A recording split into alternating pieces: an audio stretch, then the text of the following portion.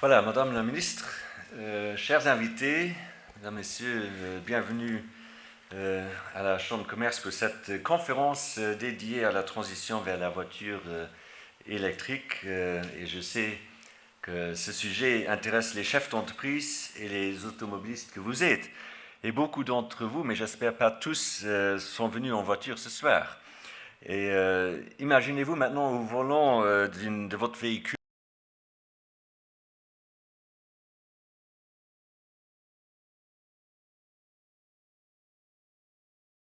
Qu'est-ce que vous faites? Faut-il tourner à gauche? Faut-il tourner à droite ou faut-il aller tout droit? Donc vous êtes un petit peu perdu et derrière vous, ça klaxonne déjà. Donc cette situation qui est un petit peu pénible, mais je pense que c'est celle dans laquelle se trouvent beaucoup d'automobilistes actuels ou aussi, oui, qui veulent changer de voiture, mais aussi des chefs d'entreprise qui veulent renouveler sa flotte de véhicules. Et donc, bon,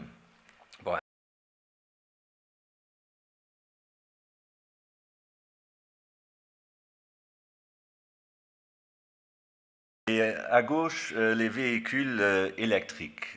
Voilà. Il y a même une petite route en construction, on peut dire, qui est attendue par les acteurs, qui est l'hydrogène. Mais bon, là, c'est une petite route actuellement. En tout cas, quelle direction choisir? Voilà, et c'est ça, il y a l'angoisse de faire le mauvais choix. Et cette conférence, comme d'ailleurs la publication Actualité et Tendance que la Chambre de commerce a publiée début janvier sur le sujet, se veut un peu être votre GPS. Hein. Donc vous pouvez aussi vous servir, il y a des exemplaires qui sont encore en dehors de la salle. Elle veut en fait vous aider à choisir une direction. Si la Chambre de commerce a souhaité explorer le sujet de la transition vers la voiture électrique, c'est parce qu'il pose des enjeux en matière de technologie, d'environnement, d'économie et même de géopolitique. En conséquence, il nécessite une exploration approfondie pour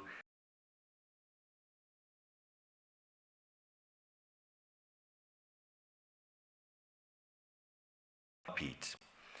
Au Luxembourg, fin 2023, une voiture neuve vendue sur 4 était électrique. Si l'on ajoute les voitures hybrides rechargeables, on atteint même près de 35%, alors que nous étions à moins de 5% avant 2020.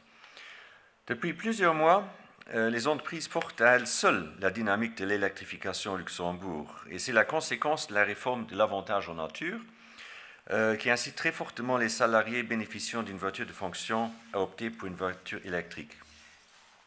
Mais c'est aussi une démarche volontariste. Les entreprises, assumant pleinement leurs responsabilités environnementales, saisissent l'occasion de réduire leur empreinte carbone.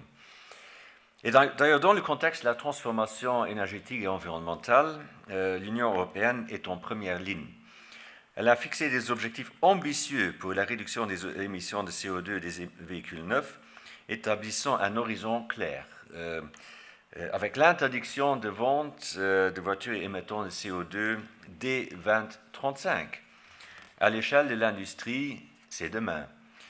Et tous les constructeurs automobiles mondiaux d'ailleurs se sont donc lancés dans une course à l'innovation dans le domaine des batteries, des systèmes de recharge et des technologies d'intelligence embarquée, investissant des sommes considérables.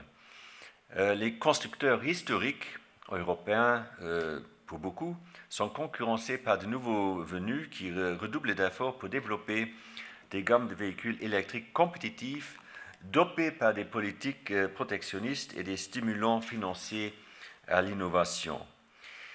Pour l'économie européenne, le danger est immense. Les opportunités qui s'ouvrent également. Et c'est aujourd'hui qu'il faut agir pour que les erreurs que nous avons commises par le passé, en voyant partir notre industrie manufacturière, ne se reproduisent pas. Voilà, donc si le risque industriel constitue le principal point d'attention, la route vers la mobilité électrique comporte bien d'autres défis. Je pense à l'accessibilité financière des véhicules électriques pour le grand public, à l'autonomie des batteries, au temps de charge et à la disponibilité des infrastructures. Enfin, la question de la production durable de l'électricité nécessaire pour alimenter ces véhicules et celle de l'approvisionnement en matériaux pour les batteries doivent être adressées pour assurer une transition véritablement verte. Toute cette question, est-ce que l'on ne va pas trop vite? Est-ce qu'on ne veut pas imposer l'électrique à tout prix? Ou pour reprendre une expression dont je ne suis pas très friand et que Madame la ministre connaît par rapport à ses fonctions antérieures, quoi qu'il en coûte. Voilà, et c'est ici que l'urgence climatique se heurte à une forme de pragmatisme, celui dont nous faisons tous preuve quotidiennement aux commandes de nos entreprises. C'est la raison pour laquelle la Chambre de commerce a émis un certain nombre de recommandations, et celles-ci doivent permettre à l'ensemble des agents économiques d'opérer cette transition par opportunité plutôt que par nécessité. Madame la ministre, la plupart des recommandations s'adressent au gouvernement. Elles concernent l'évolution des subsides. On sait très bien que des subsides ne peuvent pas se faire éternellement. Il doit avoir un effet incitateur, il faut que ce soit limité dans le temps, compte tenu aussi des contraintes budgétaires. Mais l'infrastructure de charge est également concernée, la formation des acteurs ou encore le report modal. Vous les trouverez tous dans la brochure Actualité Tendance donc, qui se trouve devant la porte. Voilà, donc cette transition peut nous permettre de repenser notre mobilité, de réduire notre impact environnemental, de stimuler l'innovation et donc la croissance économique. Mais pour réaliser pleinement son potentiel et éviter les nombreux pièges que j'ai évoqués, il est absolument nécessaire d'établir une collaboration étroite entre le gouvernement et le secteur privé et donc les entreprises. Voilà, de notre côté, nous y sommes prêts. Il ne s'agit pas d'avancer les uns derrière les autres sur cette route semée d'embûches, mais bien les uns avec les autres. Et si je devais filer la métaphore, je parlerai de covoiturage. Voilà, j'espère que nous sommes donc tous prêts à monter à bord et je vous souhaite donc une excellente conférence et je remercie aussi toutes nos équipes à avoir œuvré pour préparer cette conférence et notamment aussi l'orateur principal de ce soir et surtout aussi Madame la ministre. Et donc maintenant, je crois que c'est Bérangère qui va prendre en charge la modération. Merci beaucoup pour votre attention. Merci.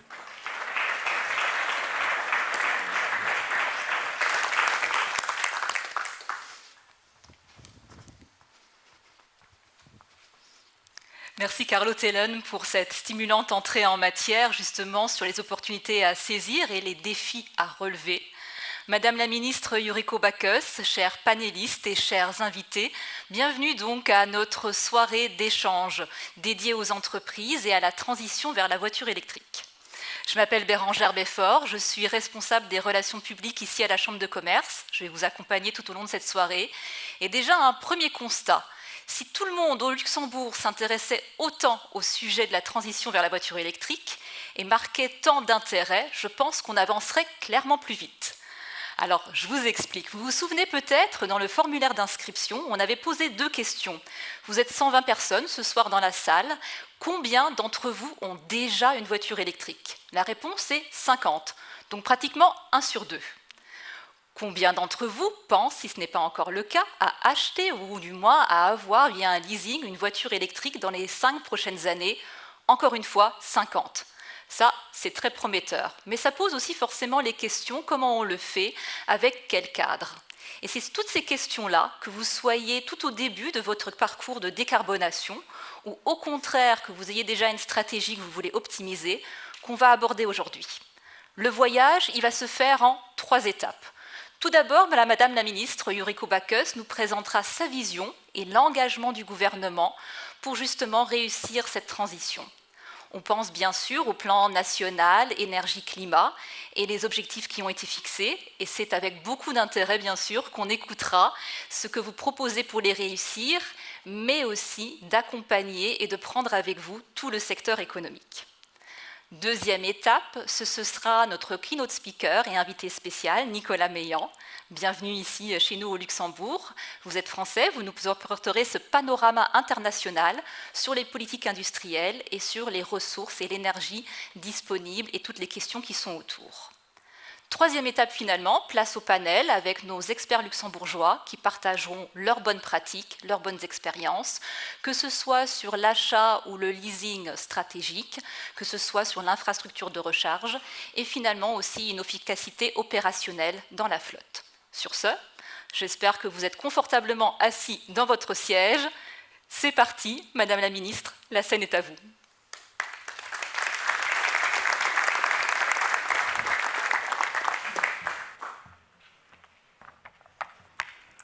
Merci beaucoup. Merci pour cette invitation ce soir. Je suis ravie d'être avec vous.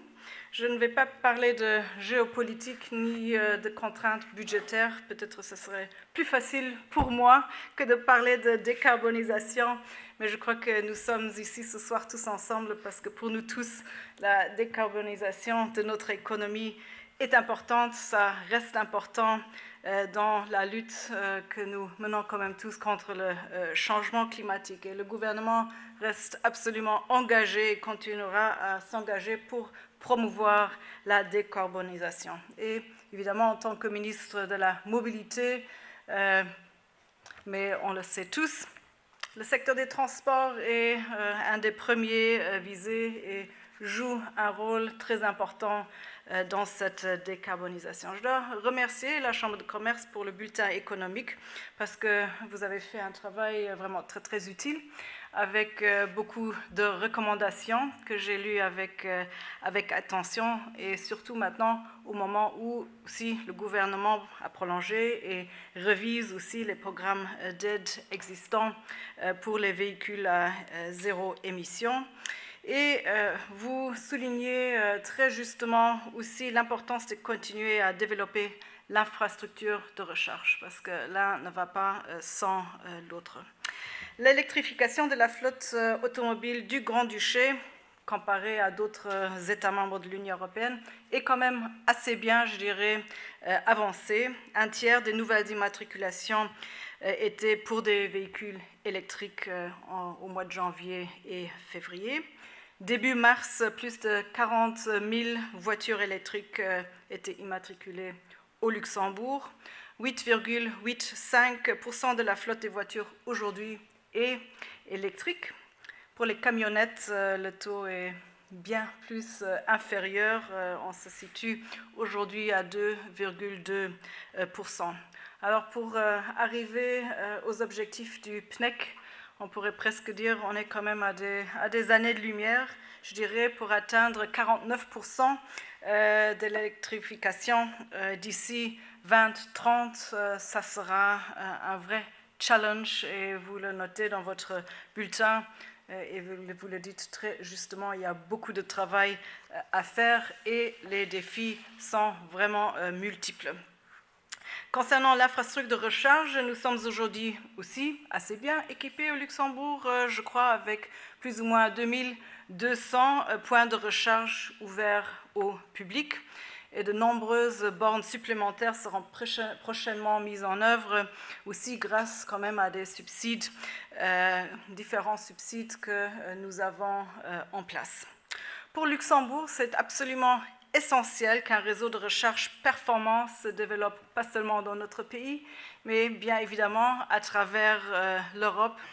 Moi, j'ai vu quand nous, on prend la voiture, notre voiture privée électrique pour faire des voyages en Europe. Il y a quelques années encore, il fallait vraiment bien planifier. J'étais très nerveuse, ce qui a rendu mon mari aussi très nerveux. Est-ce qu'on va y arriver? Comment est-ce qu'on va y arriver? C'est très compliqué. Mais bon, j'ai vu quand même, ces dernières années, on a vu une très grande amélioration à travers l'Europe. Mais je dois dire une chose qui est très importante pour Luxembourg, c'est le nouveau règlement de l'Union européenne AFIR. C'est Alternative Fuels Infrastructure Regulation, ça veut dire que cette régulation sera applicable à partir du 13 avril de cette année. Et avec ce règlement qui oblige les États membres vraiment pour la première fois d'atteindre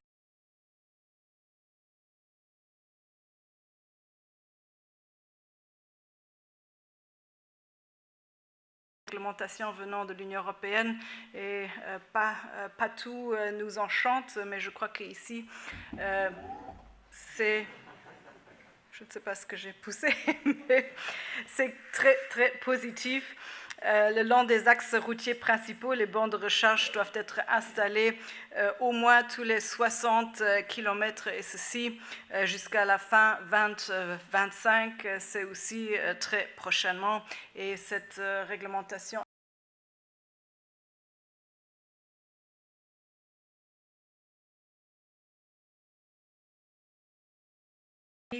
je crois que c'est une très bonne chose.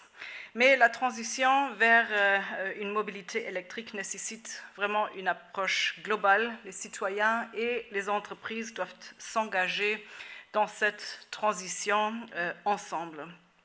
Dans votre bulletin, vous avez aussi la recommandation de sensibiliser les utilisateurs et les entreprises. Et là, oui, le gouvernement, ensemble avec les professionnels, nous avons une responsabilité, je crois, qui est partagée d'informer et de sensibiliser la population et les entreprises sur l'importance et aussi les avantages de la mobilité électrique.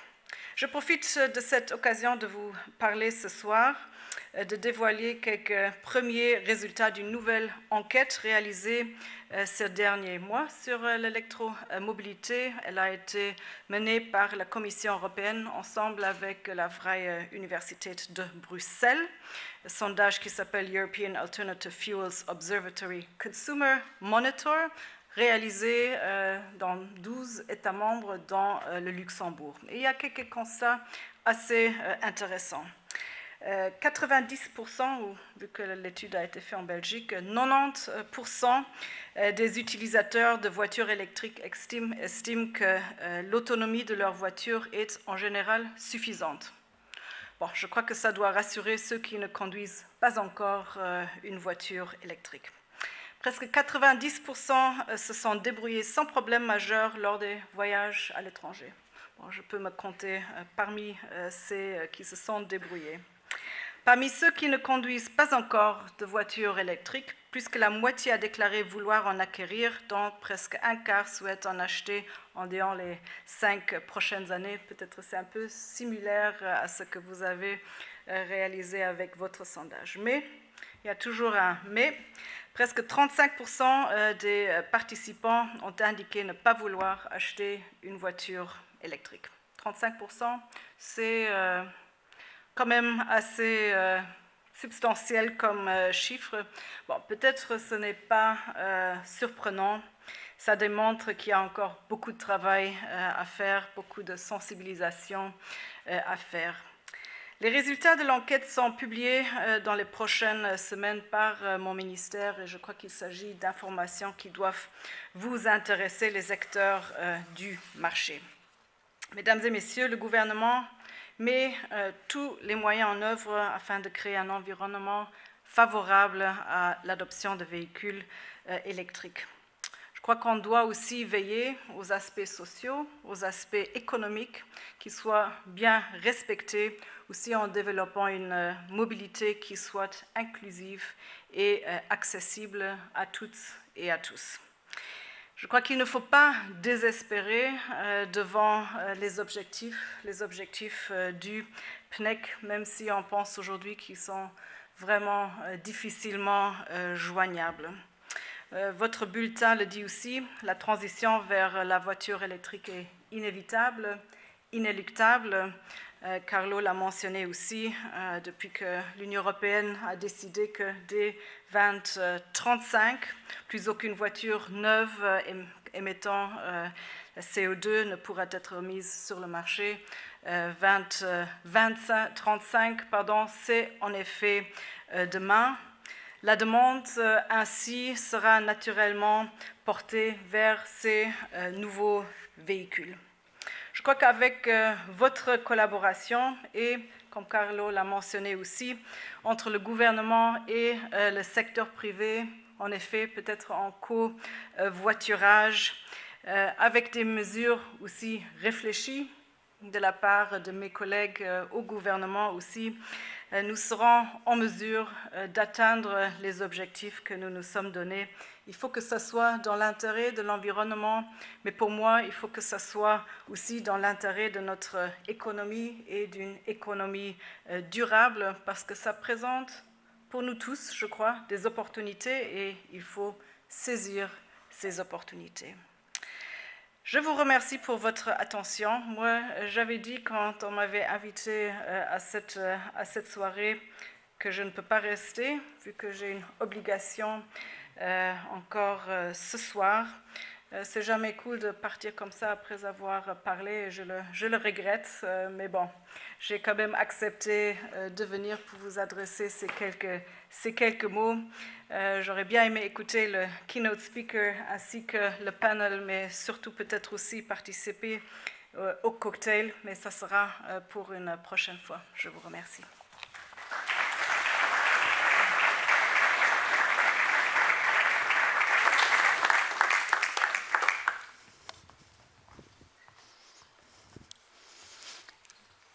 Merci Madame la Ministre, on va vous laisser filer. En tout cas, merci beaucoup pour tous ces mots, ces engagements, en tout cas de mettre en œuvre tout ce qu'il faut et de faire avec les acteurs économiques, ce qui est effectivement très apprécié.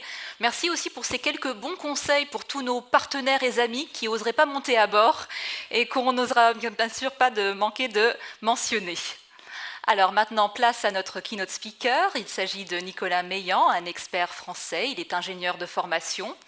Il est passé par le Massachusetts Institute of Technology. Il est spécialisé sur les stratégies des mobilités et des énergies futures. Et il va bousculer nos idées reçues, nous taquiner justement sur ce qui se passe à l'international, sur les ressources disponibles et sur les politiques industrielles. Nicolas Meillan, s'il vous plaît, c'est à vous.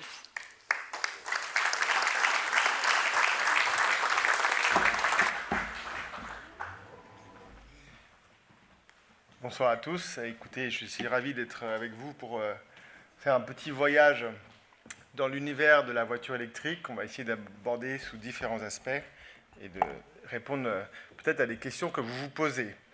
Quel avenir pour la voiture du futur qui, comme vous le savez peut-être, était aussi la voiture du passé, puisque au début du XXe siècle, une grande partie des voitures en circulation étaient électriques.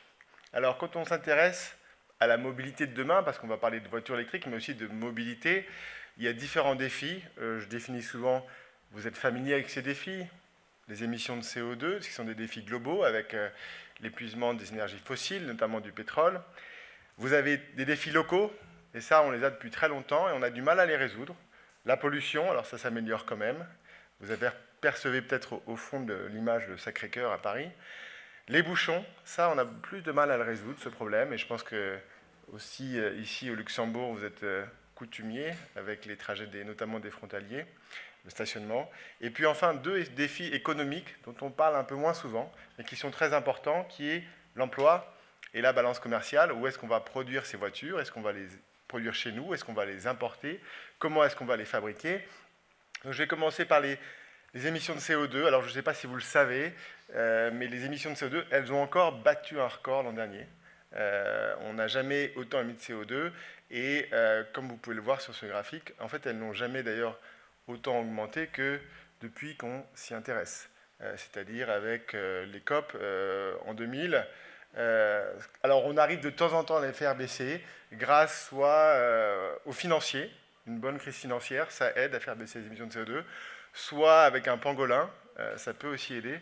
Mais malheureusement, ça ne dure pas très longtemps et généralement, ça repart. Et pourquoi ça repart? Parce qu'on n'a jamais consommé autant de charbon dans le monde, tout simplement. Et l'autre problème, c'est qu'on a aussi, depuis une vingtaine d'années, qu'est-ce qui s'est passé au même moment qu'on a mis en place les COP? Eh bien, vous avez la Chine qui a rejoint l'OMC.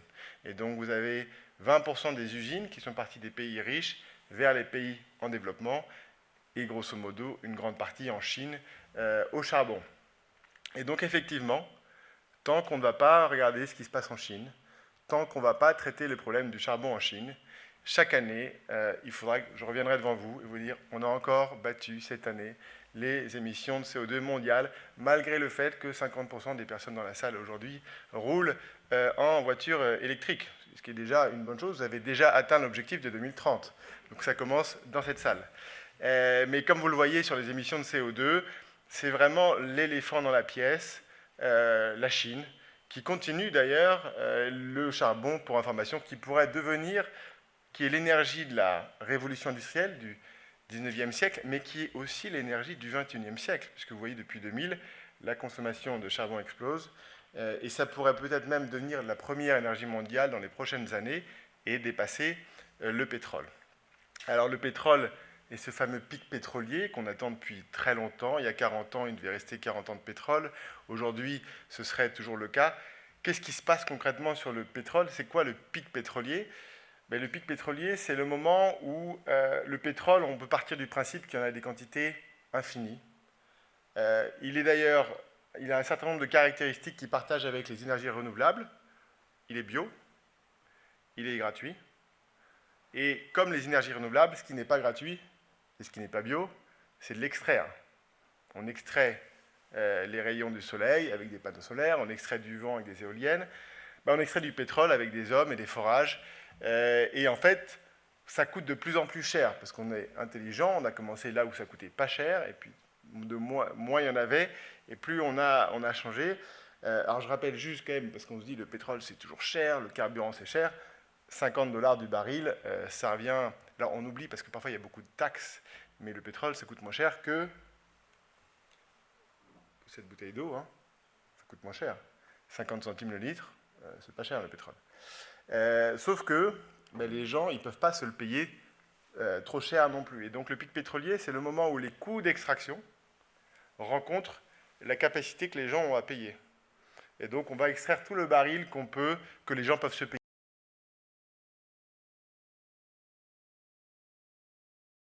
Au-dessus de 150, on va le laisser sous les pieds parce qu'on ne pourra pas le payer. Et donc c'est ça le pic pétrolier. Et vous ne le savez peut-être pas, mais en fait il est déjà derrière nous. C'est passé. C'était déjà il y a 5 ans, 6 ans même. En novembre 2018, pour être très exact, nous avons extrait 84 millions de barils. Vous voyez notamment que ce pic pétrolier, en fait, on l'avait déjà dans une certaine mesure au début des années 2000. Et puis après, George Bush a permis, en supprimant les lois de protection de l'environnement, de l'eau, etc., de développer le pétrole de schiste aux États-Unis, ce qui nous a permis d'avoir ce petit surplus, cette petite piqûre en plus, mais il est peu probable qu'on réatteigne les niveaux d'extraction de pétrole qu'on a connus il y a 5 ans. Alors, vous me direz, oui, mais il y a quand même les énergies renouvelables, on va pouvoir faire du 100% décarboné. D'ailleurs, on l'a déjà fait. C'est d'ailleurs le fonctionnement de l'humanité, c'est 100% décarboné, hein, puisque ça s'appelle les énergies fossiles. On ne les a découvertes qu'il y a 200 ans, finalement. Alors oui, on peut faire du 100% décarboné. Ça va prendre un petit peu de temps, et généralement, plus vous êtes gros, plus c'est compliqué. Alors peut-être que l'Islande, effectivement, alors eux, ils ont beaucoup de renouvelables, ils ont beaucoup de géothermie, ils sont sur un rift, ils ont aussi de l'hydraulique.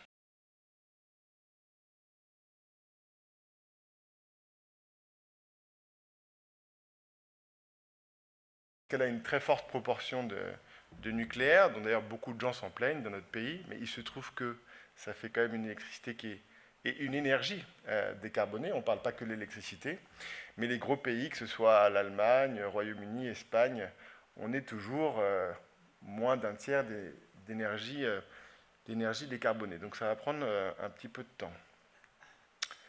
Alors il y a quand même un problème, c'est que quand on regarde la consommation d'énergie, il y a un secteur, le transport, qui dépend beaucoup du pétrole. Alors bien évidemment, on va penser à nos voitures, mais il faut penser aux bus, aux camions, aux bateaux, aux avions, ce qui fait que 95% du secteur du transport aujourd'hui fonctionne avec du pétrole, et que si jamais on avait une contrainte, si jamais on n'arrivait pas à augmenter sa production, alors qu'on est de plus en plus nombreux, il va falloir quand même essayer de s'en passer quand c'est possible. Et là, bien évidemment, vous avez tous en tête la voiture électrique, qui effectivement est la bonne solution pour pouvoir se passer à terme de pétrole, sachant que tout est toujours ni blanc ni noir, mais plutôt dans des nuances de gris. Et donc, il faut quand même s'assurer, à ne pas délocaliser les gains qu'on aurait chez nous ailleurs. C'est ce qu'on a d'ailleurs souvent fait hein, pour faire baisser la pollution. On prenait ce qui polluait dans les villes et on les mettait en dehors des villes. Donc les villes, ça permettait d'améliorer la pollution. En dehors des villes, c'est un petit peu différent. Donc on va regarder ça plus en détail. Alors dans l'excellent rapport que j'ai eu l'occasion de parcourir aussi, vous avez parlé de la Norvège, et c'est important la Norvège parce que c'est le paradis de la voiture électrique. Donc ils ont de l'avance sur nous. On va essayer de voir comment ça se marche chez eux, de reprendre les bonnes idées, et de voir aujourd'hui en Norvège, donc 90% des ventes de voitures neuves, 9 sur 10 sont électriques, 9 sur 10 en janvier, et vous avez 20% des voitures en circulation. 20% des voitures en circulation qui sont toutes électriques. Et donc, quel est l'impact sur la consommation de carburant en Norvège? Vous le voyez, on n'est pas exactement à 20% de baisse. Parce que, grosso modo, ça fait beaucoup baisser la partie bleue, c'est l'essence. Mais dans le diesel, il y a les voitures, mais il y a bien évidemment aussi les bateaux, les camions et ce genre de choses. Donc, ça va aider à réduire notre dépendance, mais ça va prendre du temps. Les voitures électriques aujourd'hui sont parfaitement adaptées à la mobilité du quotidien, et ceux d'entre vous qui sont en voiture électrique peuvent en témoigner. Vous habitez probablement, je n'ai pas d'informations sur vous, mais probablement dans un pavillon individuel, parce que c'est plus facile pour la charger que si vous habitez dans un grand immeuble et avec beaucoup de logements. Sur l'autoroute, c'est plus faisable qu'avant. On commence à avoir un bon réseau qui commence à être de plus en plus maillé. C'est bien évidemment encore un peu plus contraignant qu'une voiture à essence où on fait le plein en 3 minutes, donc ça prend un peu plus de temps. Il faut s'organiser, mais dès aujourd'hui, elle est parfaitement adaptée à la mobilité du quotidien. Et je dis souvent qu'au lieu de faire des objectifs de 100% de voitures neuves électriques en 2035, 100% de parc électrique en 2050, ce qu'on devrait faire, c'est déjà de dire en 2030, la mobilité du quotidien sans pétrole, décarbonée. Et donc ça, c'est faisable dès aujourd'hui. Et la mobilité du quotidien, c'est 80% des kilomètres qu'on parcourt. Donc on pourrait faire 80% du chemin dès 2020, mais pas qu'avec la voiture électrique, bien sûr, parce qu'il y a aussi le vélo électrique, le tramway, le covoiturage, et toutes ces solutions pour la mobilité du quotidien, elles devraient nous permettre dès 2030, c'est peut-être quelque chose qu'il faut rajouter dans le PNEC, en plus des 49%, mais se passer du pétrole pour cette mobilité du quotidien. Parce que, grosso modo, dans les bateaux, ça va être compliqué. Dans les avions, ça va être compliqué. Dans les camions, ça va aussi être compliqué. La longue distance, en camion, à l'électricité, je suis sceptique. Mais dans le quotidien, c'est possible. Quand on habite dans un pavillon, c'est plus facile parce qu'il faut avoir une place de stationnement, une place de parking. Et d'ailleurs, quand on regarde les habitudes de recharge, la plupart des gens, sans aucune surprise, vont se charger soit chez eux, soit à leur travail. Si vous n'avez pas de prise chez vous ni à votre travail, je ne suis pas sûr que ça fait peut-être partie des 35% qui ne veulent pas de voiture électrique, typiquement. Ce serait une bonne raison. Alors, un des freins majeurs, bien évidemment, en ville, c'est qu'il faut se charger. Et pour se charger, il y a 2 conditions. Un, il faut une place de parking. Oui, il y a un fil là que vous voyez qui descend de la fenêtre. C'est pas très pratique. Mais d'ailleurs, ce qui est bizarre, parce qu'il est quand même à côté d'une station Autolib, donc il aurait peut-être pu prendre le câble directement. Mais il faut avoir une place de parking, premièrement, et une prise, deuxièmement. Et effectivement, il y a des initiatives qui sont mises en place au niveau des différents gouvernements pour rendre les choses plus faciles, pour prééquiper les bâtiments. Mais ça reste parfois compliqué. Moi, personnellement, j'habite dans Paris, je n'ai pas de place de parking, donc je suis dans les 35%. Je ne peux pas m'acheter de voiture électrique. J'en aurais éventuellement une au travail, et encore, il faut que je regarde les tarifs, mais ça reste compliqué. Si je ne peux pas me charger chez moi, franchement, ce n'est pas très motivant. Si je dois aller au boulot avant d'aller en vacances, c'est toujours compliqué. Bref. Bon, mais la voiture électrique, c'est la question qu'on peut se poser en ville. Est-ce que c'est ça, finalement, la solution, la voiture du futur? Regardez le transport urbain. Là, non seulement c'est des voitures électriques, mais elles sont aussi autonomes. Mais à partir du moment où vous n'avez qu'une seule personne dedans, ça ne va pas changer grand-chose. Vous allez toujours bloqué dans les bouchons, comme par exemple cette histoire, cette photo qui est peut-être familière pour certains d'entre vous, vous l'avez peut-être vécue ce matin, même dans votre voiture électrique. Si tous ces idiots avaient pris le bus ou le tramway gratuit, je serais peut-être chez moi depuis très longtemps. Et on a peut-être un souci sur la voiture individuelle, effectivement. Et ça, c'est quelque chose d'assez surprenant. C'est comment les gens se déplacent, parce qu'on développe beaucoup de transports en commun, on développe beaucoup de vélos, d'alternatives. Mais en fait, ce qui se passe, c'est que les gens ils se déplacent en voiture. Et que ça n'a pas bougé depuis 40 ans. Et que ça a même augmenté. Ça a même augmenté, pourquoi? Parce qu'avec le Covid, on a voulu prendre un peu moins de transport en commun et on a un peu gardé nos habitudes. Et donc, ça ne bouge pas parce que, oui, dans les villes, quand on se déplace en ville et qu'on doit faire 2 km, on a toutes les options possibles. On prend le tramway, le vélo, etc. Mais le problème, ce n'est pas ça. Le problème, c'est ceux qui n'habitent pas dans la ville. Le problème, c'est les gens qui n'ont pas accès au transport en commun. Et ces gens-là, ils n'ont pas le choix que de prendre une voiture individuelle. Et c'est pour ça qu'un des leviers très importants, à mon avis, au Luxembourg, c'est de pouvoir rentrer à plusieurs dans vos voitures. Sachant que ce n'est pas forcément évident, puisque les gens qui viennent chez vous en voiture, ils n'habitent pas au Luxembourg forcément, ils habitent parfois en France, en Belgique. Et donc la question est de savoir qui va payer. Parce que le covoiturage, on ne fait pas ça pour le plaisir. Si ce n'est pas gratuit, ça ne marche pas. En France, il y a des endroits où ça fonctionne très bien parce que les collectivités considèrent que c'est du transport en commun et donc elles le financent comme du transport en commun, 10 centimes du kilomètre. Et en mettant ça notamment au sein des entreprises, dans votre entreprise, si vous êtes sur un bassin d'emploi avec 300 personnes, ce qui à mon avis doit être relativement courant au Luxembourg, vous avez forcément quelqu'un qui habite pas trop loin de chez vous. Et donc vous pouvez faire du covoiturage, le problème étant de trouver la bonne solution, le bon modèle pour inciter les gens à faire du covoiturage. Si vous mettez juste une file de bus, ça ne va pas suffire. Il faut qu'il y ait une incitation plus forte.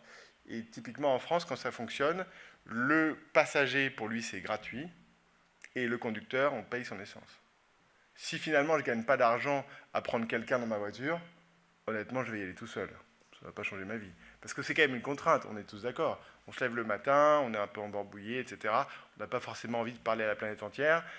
Alors, ce qui est bien, c'est que quand ça se passe avec l'entreprise, vous êtes avec votre collègue. Ça peut permettre de créer des liens, de discuter. Mais c'est sûr qu'on n'est pas dans un monde où on va se projeter à faire de l'autostop tous les matins et prendre quelqu'un de différent. Je pense que ça n'intéresse personne. Alors, il y a un autre sujet qui est important. C'est une photo que j'ai prise en bas de chez moi. Tank électrique. Je pense qu'il y en a quelques-uns au Luxembourg aussi, puisque dans la région Belgique, Luxembourg, Allemagne, ça marche assez bien. Vous avez une Twingo devant. Donc c'est une vraie question. Et alors j'ai découvert, parce que je ne savais pas en préparant la conférence, qu'au Luxembourg, vous avez déjà pris des décisions pour encourager plutôt la voiture de devant que la voiture qui est derrière, avec des incitations qui varient en fonction de la consommation du véhicule, qui est une façon entre guillemets, d'encourager les voitures plus petites. Moi, quand j'étais à travailler à France Stratégie, donc qui est un service du Premier ministre, j'ai proposé en 2019 de mettre une sorte de système de bonus-malus sur le poids des voitures au niveau européen. Les voitures plus de 1 tonne 350, elles payent un malus qui va pour ceux qui sont prêts à avoir des voitures plus petites. Et c'est un mécanisme qui se finance tout seul. Et donc, en ce moment où les finances peuvent être un peu serrées, ça peut être un avantage et ça peut permettre notamment d'encourager ces petites voitures qui, comme vous le savez peut-être, disparaissent puisque tous les constructeurs les arrêtent une par une puisqu'elles ne font aucune marge sur ces véhicules-là, alors que sur les gros SUV et les gros 4x4, c'est là où ils peuvent gagner de l'argent. Donc quand on parle de mobilité plus sobre, réduire la taille des voitures, alors je ne fais pas de la pub, mais il se trouve que Renault va sortir une très belle voiture dans pas très longtemps, la Renault R5, qui coûtera quand même cher, 25 000 €. Moi, je n'ai jamais mis 25 000 € dans une voiture, personnellement. Et je ne le mettrai pas, puisque ça me permettra, je ne pourrai pas la charger.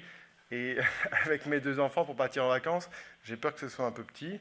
Mais des voitures plus petites, c'est clairement, ça fait partie des solutions. Plus de personnes par voiture, le covoiturage. Je pense que c'est peut-être le prochain rapport que vous ferez à la CCI, mais je pense que c'est vraiment un énorme levier. C'est vraiment... il faut vraiment le penser comme le transport en commun. Je dis souvent le transport en commun des gens qui n'ont pas de transport en commun. Et ces gens-là, les 80% des voitures individuelles, c'est là où on va quand même résoudre nos problèmes parce que, je ne vous l'ai pas dit, mais là, c'est des voitures électriques. Donc on sera à 100% électrique en 2050. On sera quand même dans les bouchons, hein, si on est tout seul dans la voiture. Juste un chiffre pour vous. Alors, ne m'en voulez pas, c'est la région parisienne. En Ile-de-France, le taux d'occupation des voitures pour aller au travail, c'est 1,06 personnes par voiture. Très précis, 1,06.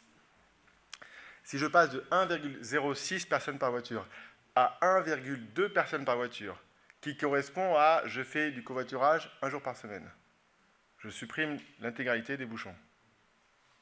Il n'y a pas besoin d'être 5. Il y a besoin de faire du covoiturage un jour par semaine. Alors je regrette que Madame la Ministre ne soit plus là, mais vous lui transmettrez le message ou alors enverrez la vidéo.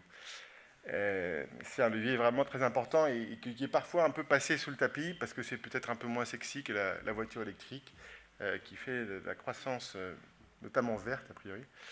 Alors justement, en parlant de croissance verte, on va quand même s'intéresser à où sont fabriquées ces voitures électriques parce que si on la fabrique chez nous, alors chez nous, je ne sais pas comment est votre électricité au Luxembourg, mais j'imagine que vous en avez un peu chez vous, vous l'importez un peu des copains, des Allemands, des Français. Bon, nous en France, elle est très décarbonée, donc la voiture électrique, elle va être intéressante. Néanmoins, les batteries aujourd'hui sont fabriquées à 80% en Chine et pas avec des panneaux solaires, c'est plutôt avec du charbon. Et donc, c'est encore une empreinte importante. Aujourd'hui, si on prend le mix électrique mondial, c'est 40% de charbon dans l'électricité. Grosso modo, si on passe tout à l'électrique, l'impact sur les émissions de CO2 risque d'être limité. Il n'est pas négligeable, mais il risque d'être limité tant que si on fabrique tout au charbon et qu'on charge un peu au charbon. Alors, la bonne nouvelle, c'est que l'Allemagne a beaucoup réduit sa son production de charbon l'an dernier, donc ça va plutôt dans le bon sens pour la voiture électrique, mais les batteries ne sont toujours pas fabriquées en Allemagne pour l'instant. Et alors, l'autre levier, vous vous souvenez, je vous ai parlé des deux défis économiques, l'emploi. Qu'est-ce qu'on a fait depuis 20 ans à partir de 2000 à 2010, vous avez 11 usines d'assemblage de voitures qui ont fermé en Europe de l'Ouest et 10 qui ont ouvert en Europe de l'Est. Donc on est passé du pays rouge sur la main-d'œuvre, bon, ça ne marche pas, c'est pas grave, vers les pays verts et des pays verts sur l'électricité vers les pays rouges. Grosso modo, exactement le chemin inverse de ce qu'on devait faire, pour simplifier. Donc, qu'est-ce qu'on doit faire aujourd'hui ? Moi, c'est ce que je regrette aussi pour la France, par exemple, qui était à une époque le premier producteur mondial de voitures. Alors, c'était à plus de 100 ans, bien sûr, mais c'est que la France devrait être une base de production, pas que de voitures d'ailleurs, hein, puisqu'on a une électricité décarbonée. Donc, ce serait quand même pertinent de pouvoir l'utiliser pour l'industrie. Ce n'est pas exactement ce qui se passe en ce moment, malheureusement, et je le regrette, mais c'est ce qui devrait être le cas. Alors, il y a quand même quelque chose qui va nous impacter en Europe, en France, au Luxembourg, c'est ce qui se passe chez nos voisins allemands, parce que là, vous avez quand même... Alors là, ce n'est pas des voitures électriques, c'est juste les exportations de voitures. Et donc, vous aviez la Chine, grosso modo, jusqu'en 2021, ils n'exportaient pas une seule voiture. Et vous voyez le décollage qui fait qu'en 2 ans et demi, ils sont passés premier exportateur mondial devant la Corée du Sud, devant l'Allemagne et devant le Japon. Ça, c'est assez préoccupant. Est-ce que vous savez ce que c'est, ces voitures ? Parce que peut-être que dans la salle, vous en avez une. C'est des Tesla. Hein. C'est principalement des Tesla, puisque Tesla a mis son usine, sa Gigafactory à Shanghai en 2021 et qui produisait toutes les voitures pour l'Europe, qui sont des modèles Y et modèle 3, qui permet d'ailleurs de voir que la Chine n'est plus un pays qui produit des objets de mauvaise qualité, hein, puisqu'ils produisent nos voitures et surtout nos voitures les plus luxueuses. Donc ça, c'est Tesla, mais il y a une deuxième vague qui va arriver avec le premier constructeur mondial qui s'appelle BYD, pour Build Your Dreams, qui a vendu l'an dernier pour 3 millions de voitures électriques. Je vous rappelle les chiffres, 3 millions pour BYD. Alors il y a électrique et hybride rechargeable. 1,8 million pour Tesla l'an dernier et 1 million pour Volkswagen. Renault, par exemple, c'est 325 000. BYD, 3 millions. Renault, 325 000. Renault, Nissan, Mitsubishi. Excusez-moi. Renault, Nissan, Mitsubishi. Et ça, on ne le sait pas. Alors moi, je travaille un peu avec cette société EV Volume, qui est spécialiste des données sur les voitures électriques. Et on est capable de croiser les données de vente de voitures et les données de production de voitures. Et donc, la Chine est déjà le deuxième producteur de voitures électriques vendues en Europe. Elle est déjà aujourd'hui, elle l'était déjà hier et elle l'était dès 2021. Une fois de plus, ce sont des Tesla. Et la France, m'en voulez pas, je n'ai pas mis le titre à jour, mais c'est plus le deuxième. C'est pas devant la France, c'est devant la Corée du Sud. Et la France, qui a des objectifs de 1 million de voitures électriques en 2025 et 2 millions en 2030, on n'est pas exactement sur la bonne tendance. Mais on espère un décollage imminent, avec la R5 par exemple, qui devrait aider visiblement, mais ce n'est pas exactement les 2 millions qu'on a en ligne de mire. Alors au Luxembourg, parce que j'ai aussi les données pour le Luxembourg, la Chine est aussi deuxième fabricant de voitures électriques au Luxembourg, donc grosso modo, soit vous avez une Tesla Model Y, et celle-là, elle vient d'Allemagne, ça dépend quand vous l'avez achetée, c'était il y a 1 an ou 2 ans. Si c'est une Tesla Model 3, celle-là, elle est fabriquée en Chine. Et à mon avis, vous n'êtes pas trop en Dacia Spring au Luxembourg. Elle est aussi fabriquée en Chine. Donc Italie, Espagne et France, on n'est que 5e, on n'est pas très bon. Bon, c'est pas grave. Alors, la Chine, c'est un peu le débat de la voiture électrique. On se plaignait de, vous savez, 80% de l'approvisionnement du pétrole aujourd'hui, c'est quand même dans la main de pays qui ne sont pas exactement nos copains. L'Arabie Saoudite, c'est plus vraiment notre copain, et ni celui des États-Unis d'ailleurs. L'Iran, les Émirats, la Russie. Et donc on s'est dit, bon, bah, c'est bien, on va passer à la voiture électrique. Mais est-ce que la Chine, est-ce que c'est vraiment notre copain aussi? Question qu'on peut se poser. Aujourd'hui, ils contrôlent 80% du raffinage du cobalt, qui est le métal important dans les batteries pour pouvoir avoir de l'autonomie. Si on n'a pas de cobalt aujourd'hui, on a peu d'autonomie. Alors, il y a des nouvelles batteries qui arrivent. Il y a les batteries lithium fer phosphate. Donc là, il n'y a plus de cobalt, il n'y a plus de nickel dans les batteries, donc c'est une bonne chose.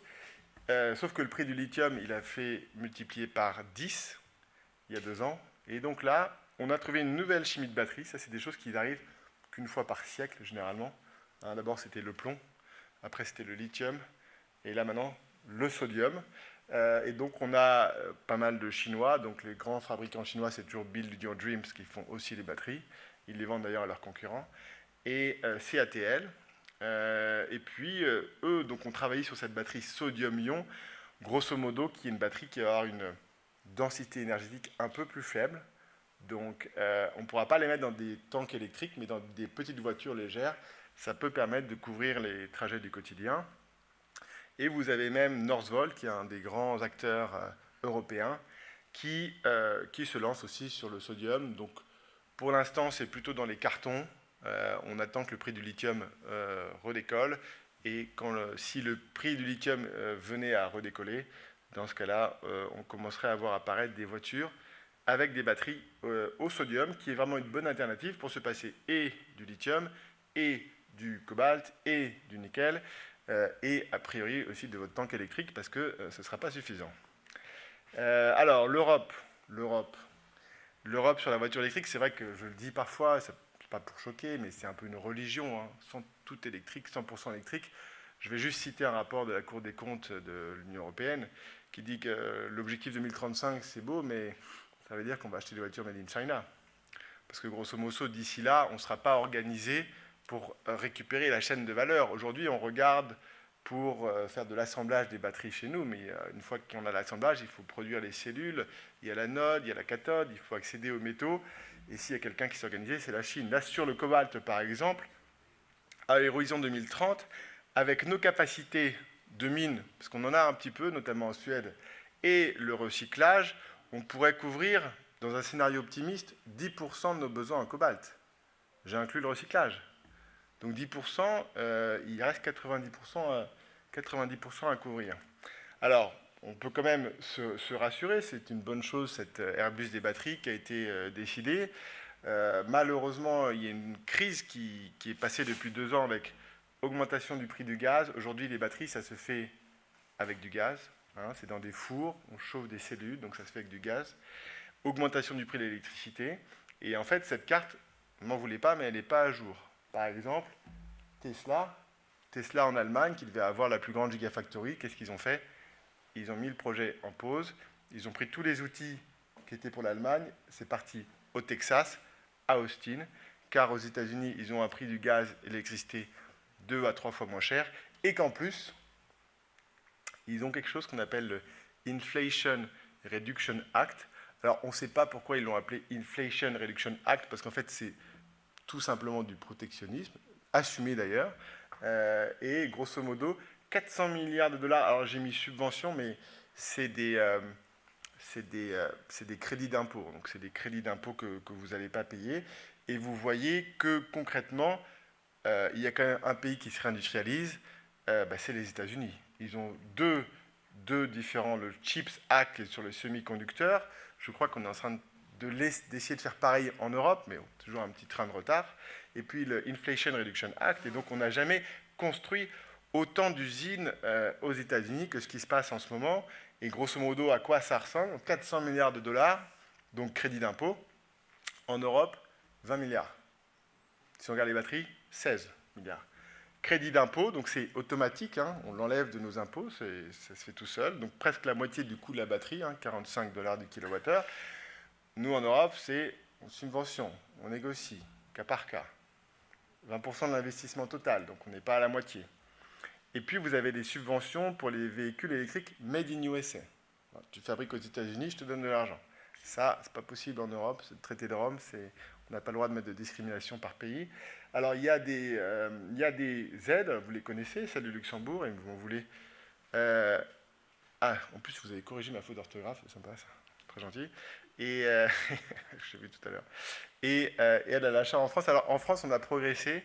Avant, on donnait de l'argent à tout le monde, et notamment, on donnait 500 millions d'euros à la Chine.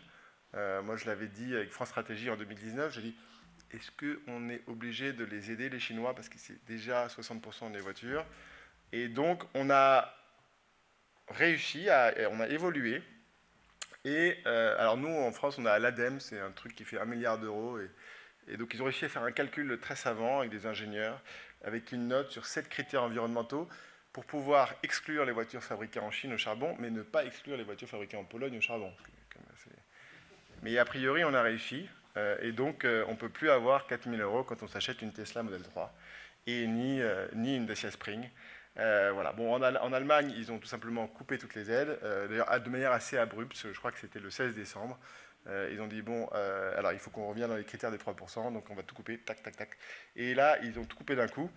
C'est d'ailleurs pour cette raison que le marché, la pénétration, les ventes en Allemagne de voitures électriques, on était à, je vais essayer de dire ça de tête, je crois presque 30% il y a 2 ans. Là, en janvier, on était à 17%. Donc, quand on coupe les aides, ça a clairement un impact. Il y a quand même un truc qui est intelligent aussi aux États-Unis, dans le Inflation Reduction Act, c'est que, donc c'est à la fois sur les batteries et sur les composants des batteries, et il y a des critères de localisation, de sourcing local. Donc si tu veux avoir tes incitations, il faut que les composants viennent des États-Unis, et ainsi que les métaux critiques. Donc vous voyez, nous en Europe, non, ça, pas de critères, localisation, c'est pas grave, de toute façon, on est dans un monde avec une concurrence libre et non faussée, donc ça va bien se passer. Donc, alors, réindustrialisation de la France, j'aurais pu mettre de l'Europe, mais ça, c'est une vraie problématique. C'est un petit peu un angle mort, parce que c'est vrai qu'on en parle beaucoup. Alors, je suis un peu biaisé, parce que par mes origines, mais en France, on parle beaucoup de réindustrialisation. Ça fait les grands titres des médias. Et d'ailleurs, on a eu beaucoup d'usines de gigafactories qui sont venues en France. Alors, c'est beaucoup d'usines avec des robots, hein. Il n'y a pas beaucoup de monde dans l'usine, mais c'est quand même plutôt une bonne chose qu'on fabrique les batteries chez nous plutôt qu'ailleurs. Et c'est justement parce qu'il y a des robots qu'on peut le faire chez nous, parce que les robots coûtent moins cher que les gens. Mais on a quand même eu un petit souci avec notamment M. Poutine qui a fait augmenter les prix du gaz. Vous savez qu'il voulait, en 2021, il avait fini son tuyau, Nord Stream 2, donc il voulait mettre en marche Nord Stream 2 pour l'Allemagne, et il avait commencé à ne plus remplir les réservoirs de gaz des Européens, ce qui fait que les prix du gaz ont augmenté, comme vous pouvez le voir, à partir de début 2021, avant la guerre en Ukraine, et que ça, malheureusement, comme le mécanisme de fixation des prix de l'électricité, les prix sont indexés sur le prix du gaz, il y a eu une double peine, prix de l'électricité, prix du gaz. et qu'aujourd'hui, on se retrouve quand même en Europe avec un prix du gaz et de l'électricité 2, 3, parfois 4 fois plus cher qu'aux États-Unis et en Chine, qui sont véritablement aujourd'hui, eux, en train de se réindustrialiser. Donc on va devoir s'organiser au niveau européen pour pouvoir, je l'espère, retrouver un gaz bon marché. Alors la bonne nouvelle, c'est que les prix du gaz ont rebaissé, mais si les prix du gaz baissent, c'est aussi peut-être le synonyme d'une mauvaise nouvelle un peu moins bonne, qui est qu'il y a moins de gens qui consomment du gaz, notamment en Europe. Je crois que la consommation, on parle de, je ne vais pas dire de bêtises, mais au moins 20% de baisse.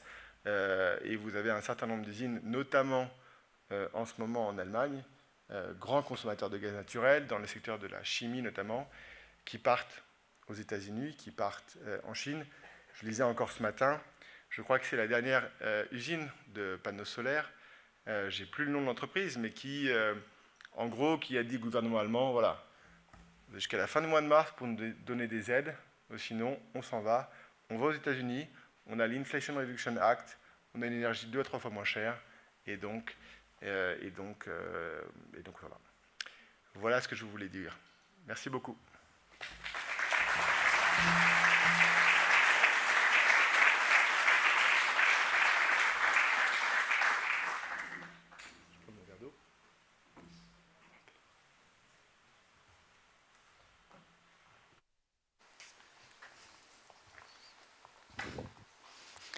Merci Nicolas Meillan de nous avoir fait cogiter dans justement toutes ces réflexions et dans nos choix.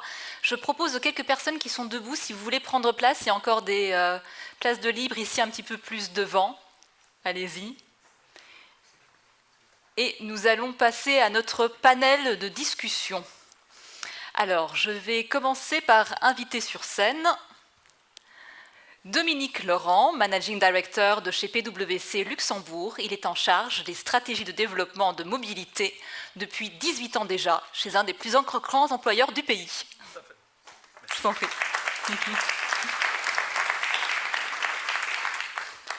Lucie Martin, senior économiste à la Chambre de commerce. Elle est également l'autrice du bulletin économique Actualité et tendance sur l'électromobilité. Lucie Martin, bienvenue.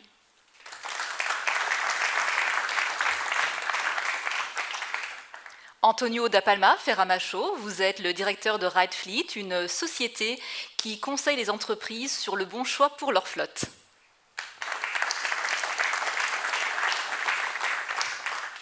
Et pour compléter ce panel, le porte-parole de la House of Automobile, Jerry Wagner.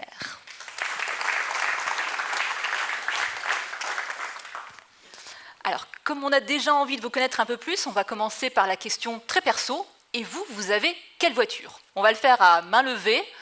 Alors, lequel d'entre vous a une voiture 100% électrique?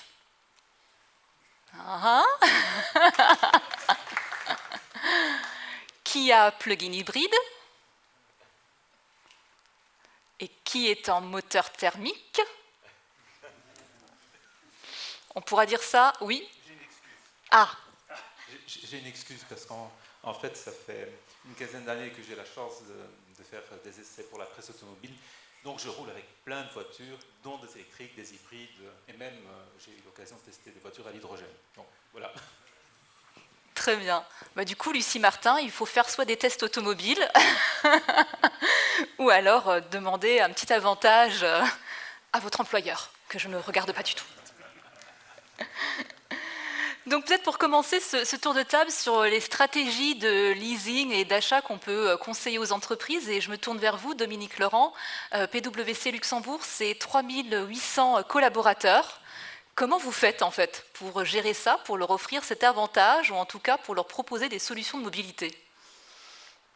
Alors c'est 3800 personnes, c'était 1200 personnes quand j'ai rejoint la firme en 2006.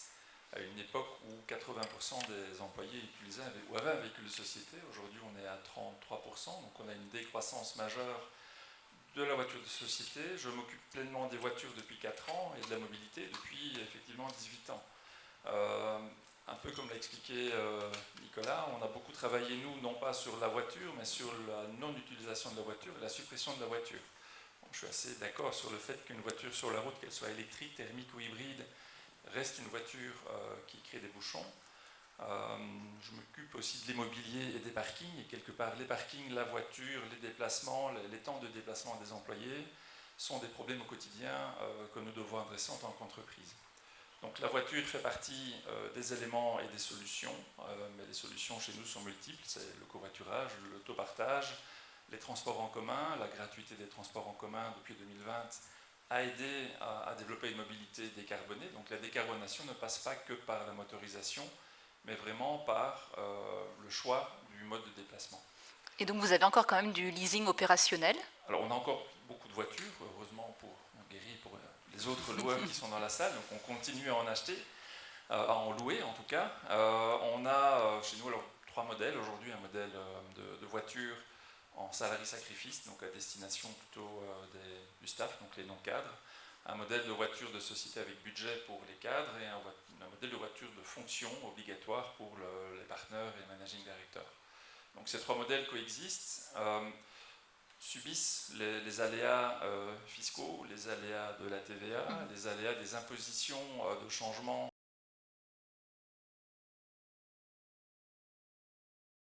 ambition net zéro, donc décarbonation non seulement de la mobilité mais des activités de la firme. Donc notre ambition est pour 2030 de disposer d'une flotte à 100% électrique, avec un processus étape par étape. Donc la première étape a été déjà de l'expliquer aux gens et de voir un peu le ressenti qui n'était pas forcément positif.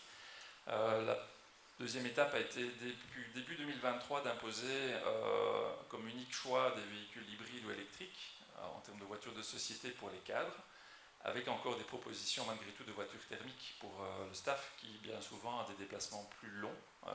Certains continuent à venir de bien loin et ne sont pas prêts aux véhicules électriques ou pas encore.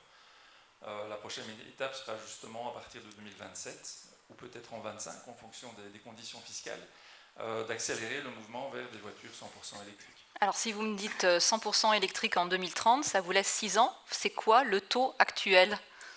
Alors j'ai quelques chiffres que je vais quand même reprendre pour être certain de vous donner les bons. Sur 3 ans en fait. Les 3 dernières années sont assez parlantes en termes de transition. Donc en 2022, le taux, je vais le noter où, voilà. En 2022, c'était un tiers. Donc un tiers électrique, un tiers plug-in hybride, un tiers thermique au niveau des nouvelles commandes. 2023, donc l'année qui s'est achevée, 60% électrique, 25% hybride, 15% thermique.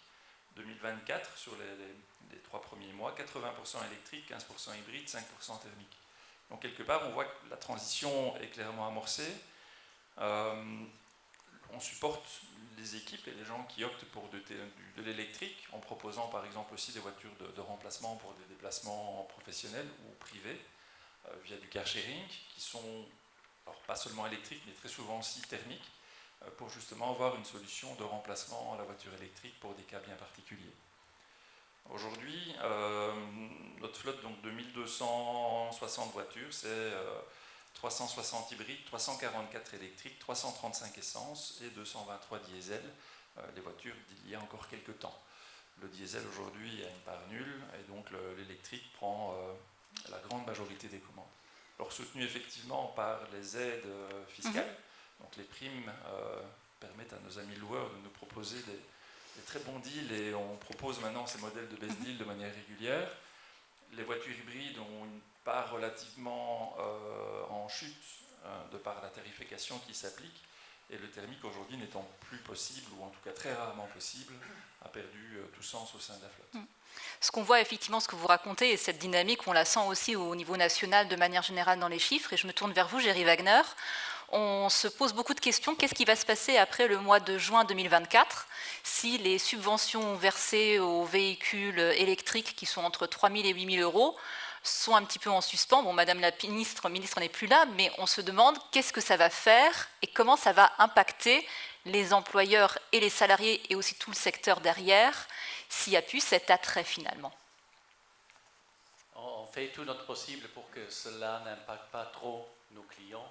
En général, si je parle pour la House of Automobile, c'est-à-dire leasing, mais aussi tout ce qui est les concessions, on est vraiment en discussion intense avec les différents ministres, que ce soit l'économie, que ce soit l'environnement, que ce soit la mobilité, et aussi très prochainement les finances, parce que les trois sont vraiment clés pour nous. Et on a élaboré aussi des propositions concrètes. Comment est-ce qu'on devrait utiliser les primes ou les systèmes autour des subventions et autres pour justement pousser la transition énergétique de façon favorable aussi et que ce ne soit pas trop pénalisant.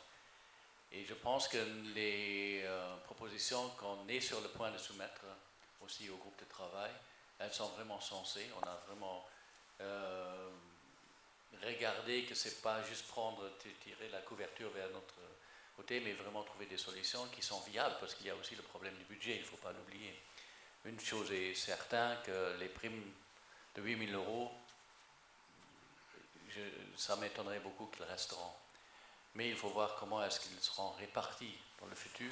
Il ne faut pas nécessairement 8 000 € pour chaque voiture pour que les gens achètent la voiture, mais il faut une prime qui soit conséquente, qui réduit un peu l'écart qui existe encore entre le prix d'achat de la voiture électrique et un pendant similaire thermique. Sinon, bien sûr, il y a le secteur automobile des voitures de société qui est vraiment le moteur de la transition. On le voit parce que 75% de tous les véhicules électriques au Luxembourg sont immatriculés au nom des sociétés, c'est-à-dire en leasing ou en achat direct. Et c'est vraiment par ce moyen-là qu'on arrive à faire la transition. Et là, il y a d'autres avantages, comme l'avantage nature. Bon, il changera aussi l'année prochaine. Ce n'est pas encore une bonne idée pour moi, ce changement arrive beaucoup trop tôt, parce que les véhicules électriques ne sont pas encore dans les mœurs des gens aussi, il ne faut pas oublier. Qui achète actuellement une voiture électrique? D'abord, c'était les early adopters technologiques qui aiment bien, ils achètent. Ceux-là, ils ont aussi de l'argent pour les acheter. Puis, il y a deuxième, c'était les véhicules de société en général. Pourquoi? Parce qu'il y a un avantage nature qui est intéressant, mais aussi, et ça on oublie toujours, parce que les sociétés jouent vraiment un rôle pour pousser leurs conducteurs vers l'électromobilité. Je pense que Dominique peut vraiment le confirmer, parce qu'on a beaucoup travaillé avec eux sur des projets aussi. Et puis, le troisième type de clients sont des ménages à un revenu plutôt élevé, avec conscience écologique aussi. C'est ceux qui disent « Ok, je vais m'acheter une voiture ». C'est très souvent la deuxième voiture qui existe.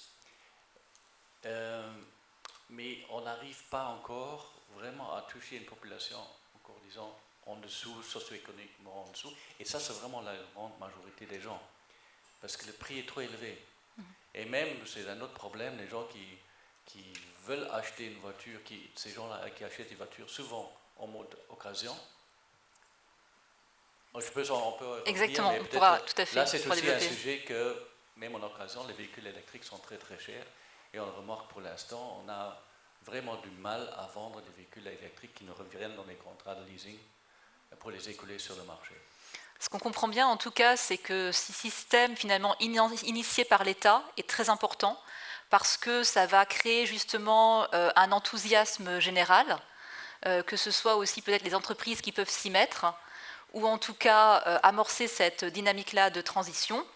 La question qu'on a peut-être eue à un moment donné, en sortant du Covid, en se disant est-ce qu'il y a assez de stock, ce n'est plus vraiment quelque chose qui devrait être un sujet d'inquiétude. Non, actuellement c'est l'inverse, parce qu'on voit qu'il y a plus de stock de véhicules électriques. Les baisses tarifaires qu'on a vues les derniers mois, c'est dû vraiment au souci d'écouler le stock. Si Tesla a baissé les prix vraiment de façon très conséquente, c'est aussi parce qu'ils ont une surcapacité. Ils ont déjà même arrêté certaines productions dans certaines usines avec des excuses qui ne sont pas tout à fait réelles. Mais il y a beaucoup de véhicules électriques pour l'instant disponibles et il faut les écouler. Il y a encore des problèmes parce que si les véhicules baissent de prix, les véhicules neufs baissent de prix, on a un problème sur le marché de l'occasion de nouveau parce que ça fait aussi chuter le marché de l'occasion. On l'a entendu tout à l'heure, en fait, il y a déjà cette norme qui va arriver en 2035, la fin des ventes des voitures thermiques.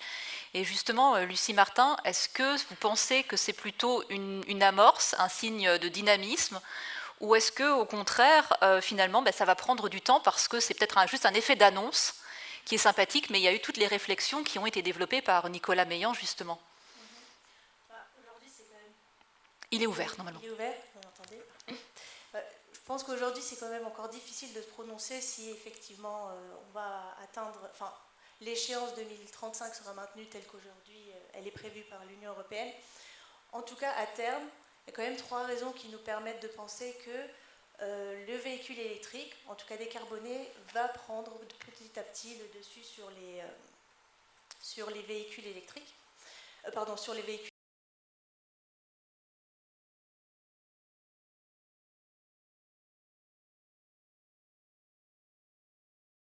Que l'Union européenne, et même au niveau mondial, s'est fixé quand même des objectifs climatiques très ambitieux, de réduire de 55% ses émissions d'ici 2030 par rapport à ses émissions des années 1990, pour ensuite atteindre la neutralité carbone en 2050.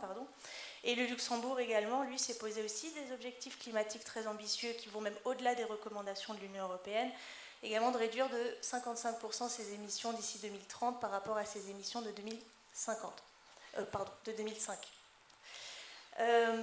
Maintenant, si on regarde au Luxembourg uniquement le secteur du transport, ça représente, on l'a mentionné peut-être un peu plus tôt,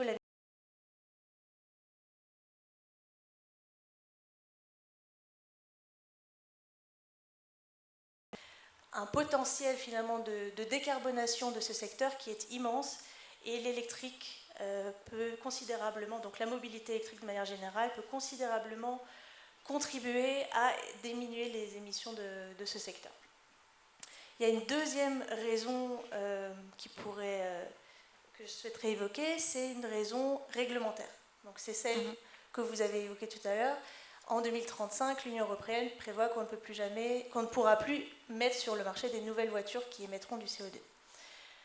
C'est la règle actuellement en place, en vigueur, donc pour le moment, tant qu'elle n'a pas changé, tant qu'il n'y a pas eu d'autres décisions politiques, c'est à celle-ci qu'il faut se conformer.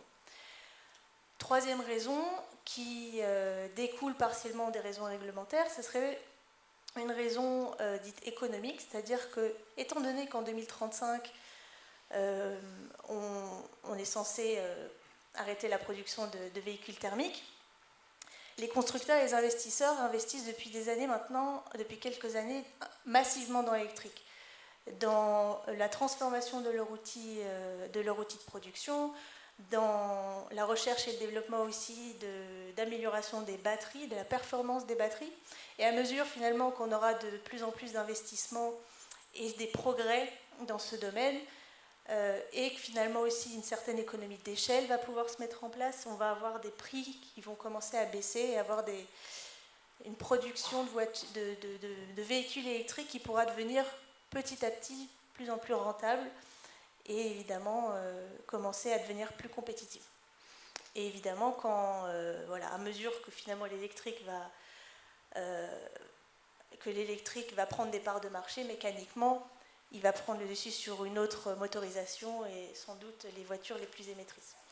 Maintenant, j'ai l'impression que la crainte qu'on peut avoir en tant que chef d'entreprise, d'un côté, on veut être parmi ceux qui sont dans la tendance, qui saisissent le bon moment, et d'un autre côté, il y a aussi finalement le besoin qu'on a réellement. Qu'est-ce que vous voyez justement, Antonio da Palma, par rapport aux gens qui viennent vous voir, par rapport à leurs besoins?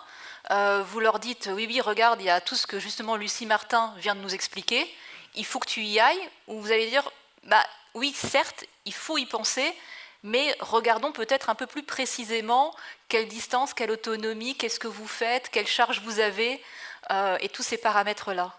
Oui, tout à fait. En fait, c'est ce que j'appelle le profil utilisateur, ou encore mieux, les réalités du terrain, parce que finalement, une entreprise, elle doit continuer à fonctionner.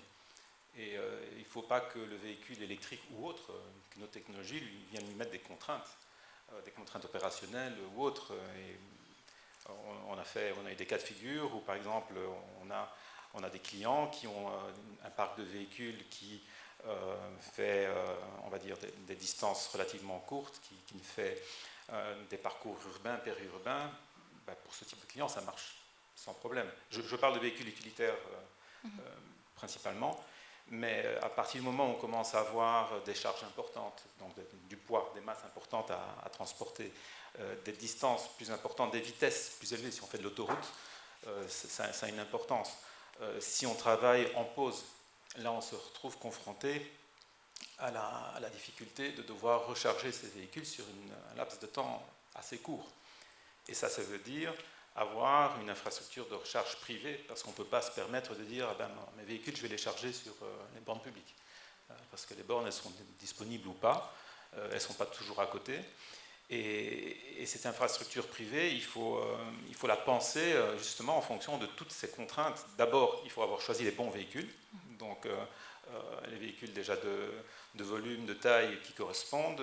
La batterie, il faut qu'elle colle à l'autonomie qu'on veut. Il faut qu'on ait les chargeurs embarqués qui permettent de charger à telle ou telle puissance, qui permettent à ce moment-là, qui conditionnent le temps de recharge. Et une fois qu'on a fait tout ça, on va commencer à regarder l'infrastructure de recharge qu'il nous faut. Donc les bornes, qu'est-ce qu'on a besoin comme bornes? On va prendre des bornes AC, donc les bornes, on va dire, basse, moyenne puissance, qui peuvent charger jusqu'à 11 kW ou 22 dans certains pays. Ou alors carrément passer sur des bornes DC courant continu qui valent beaucoup plus cher. Et il va falloir dimensionner ce parc de bornes, savoir combien il en faut. Et ça, c'est un investissement qui, la plupart des entreprises ne se rendent pas compte de ce que ça représente. Mais encore une fois, quand on arrive là, ce n'est pas fini. Parce qu'il faut s'assurer que derrière, il y a la puissance qui suit. Parce qu'on a souvent tendance à confondre énergie et puissance. La puissance, c'est l'énergie qu'on donne sur un laps de temps assez court. Et dans une de mes responsabilités précédentes, comme certains savent, j'ai travaillé pour l'ACL, on avait fait le calcul. Si on devait électrifier le parc de l'Automobile Club de Luxembourg, donc d'intervention, il fallait multiplier la puissance du site par 30 ou 40. Et donc ça veut dire qu'il faut investir dans des transformateurs, et on parle de beaucoup d'argent. Donc ce que je veux dire par là, c'est que c'est vraiment faire une analyse réaliste de ce qui est possible, de prendre les bonnes solutions pour chaque cas de figure.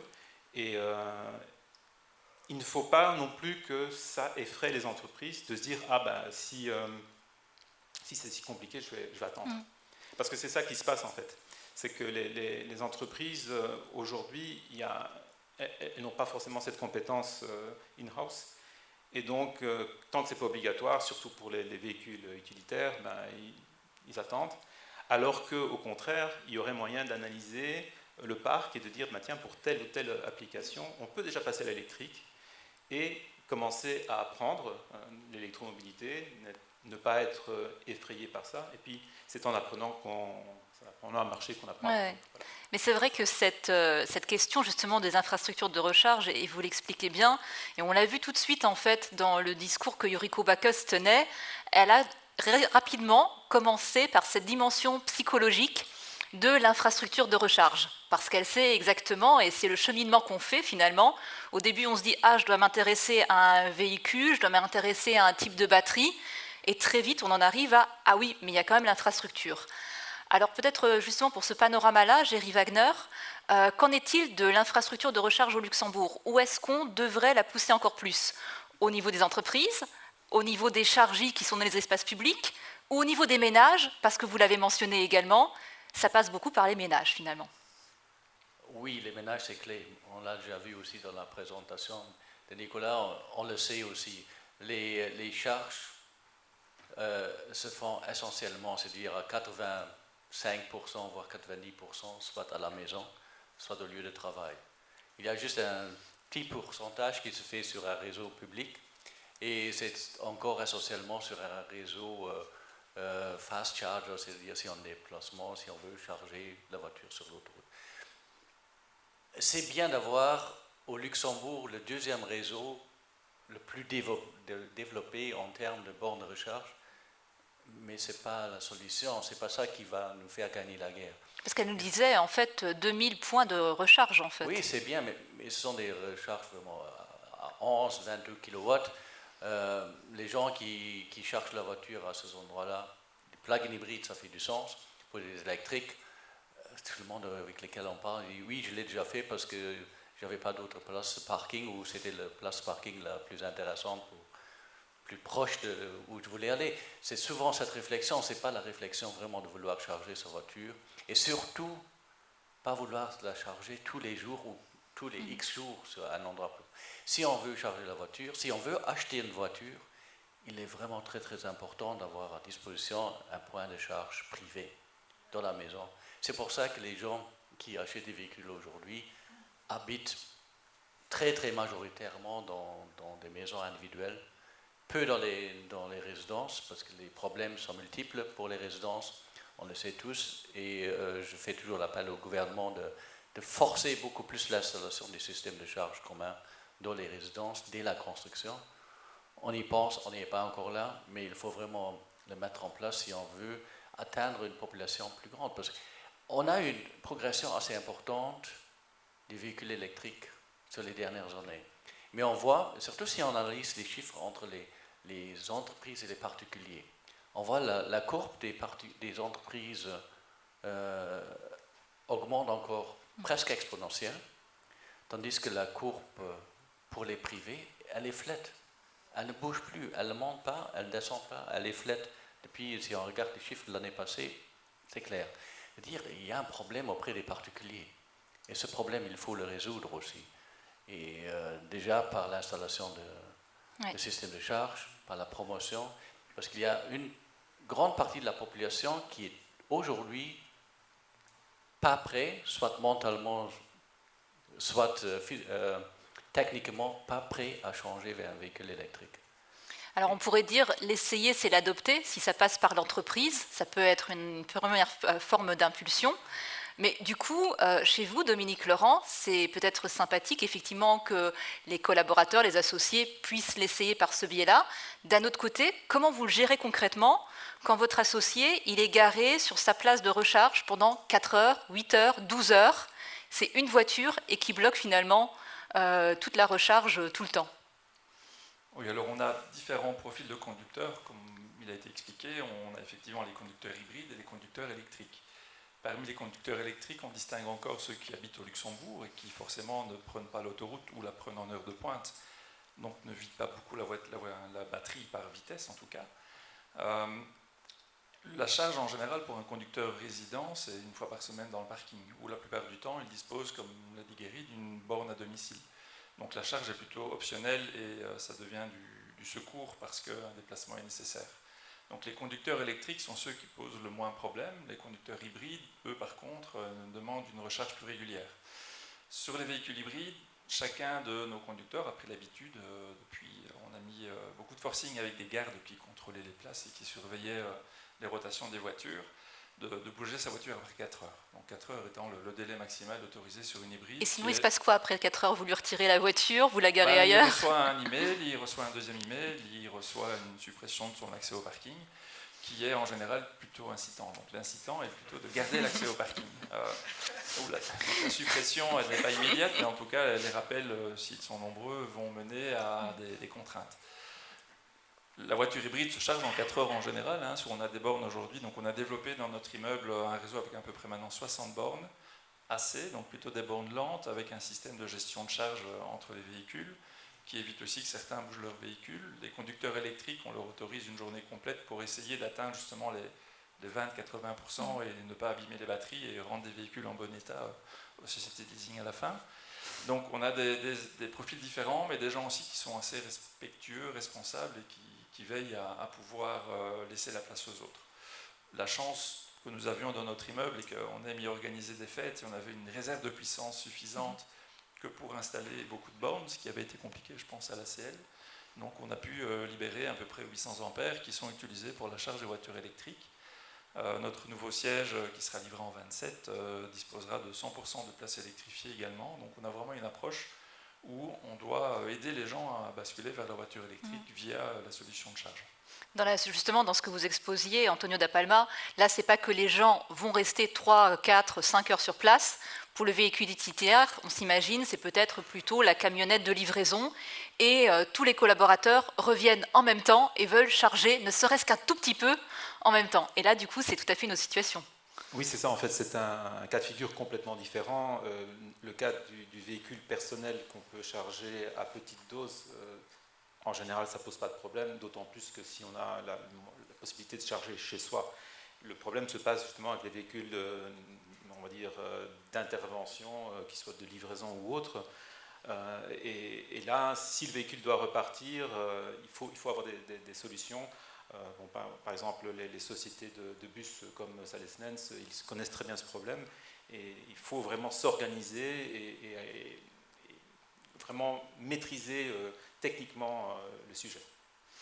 Après tout ce qu'on a entendu, justement, Lucie Martin, et je pense que voilà, on l'a déjà un petit peu compris, les 49% qui sont dans le PNEC, ils sont peut-être pas forcément super réalistes, d'une part, et de l'autre, sont-ils vraiment désirables ?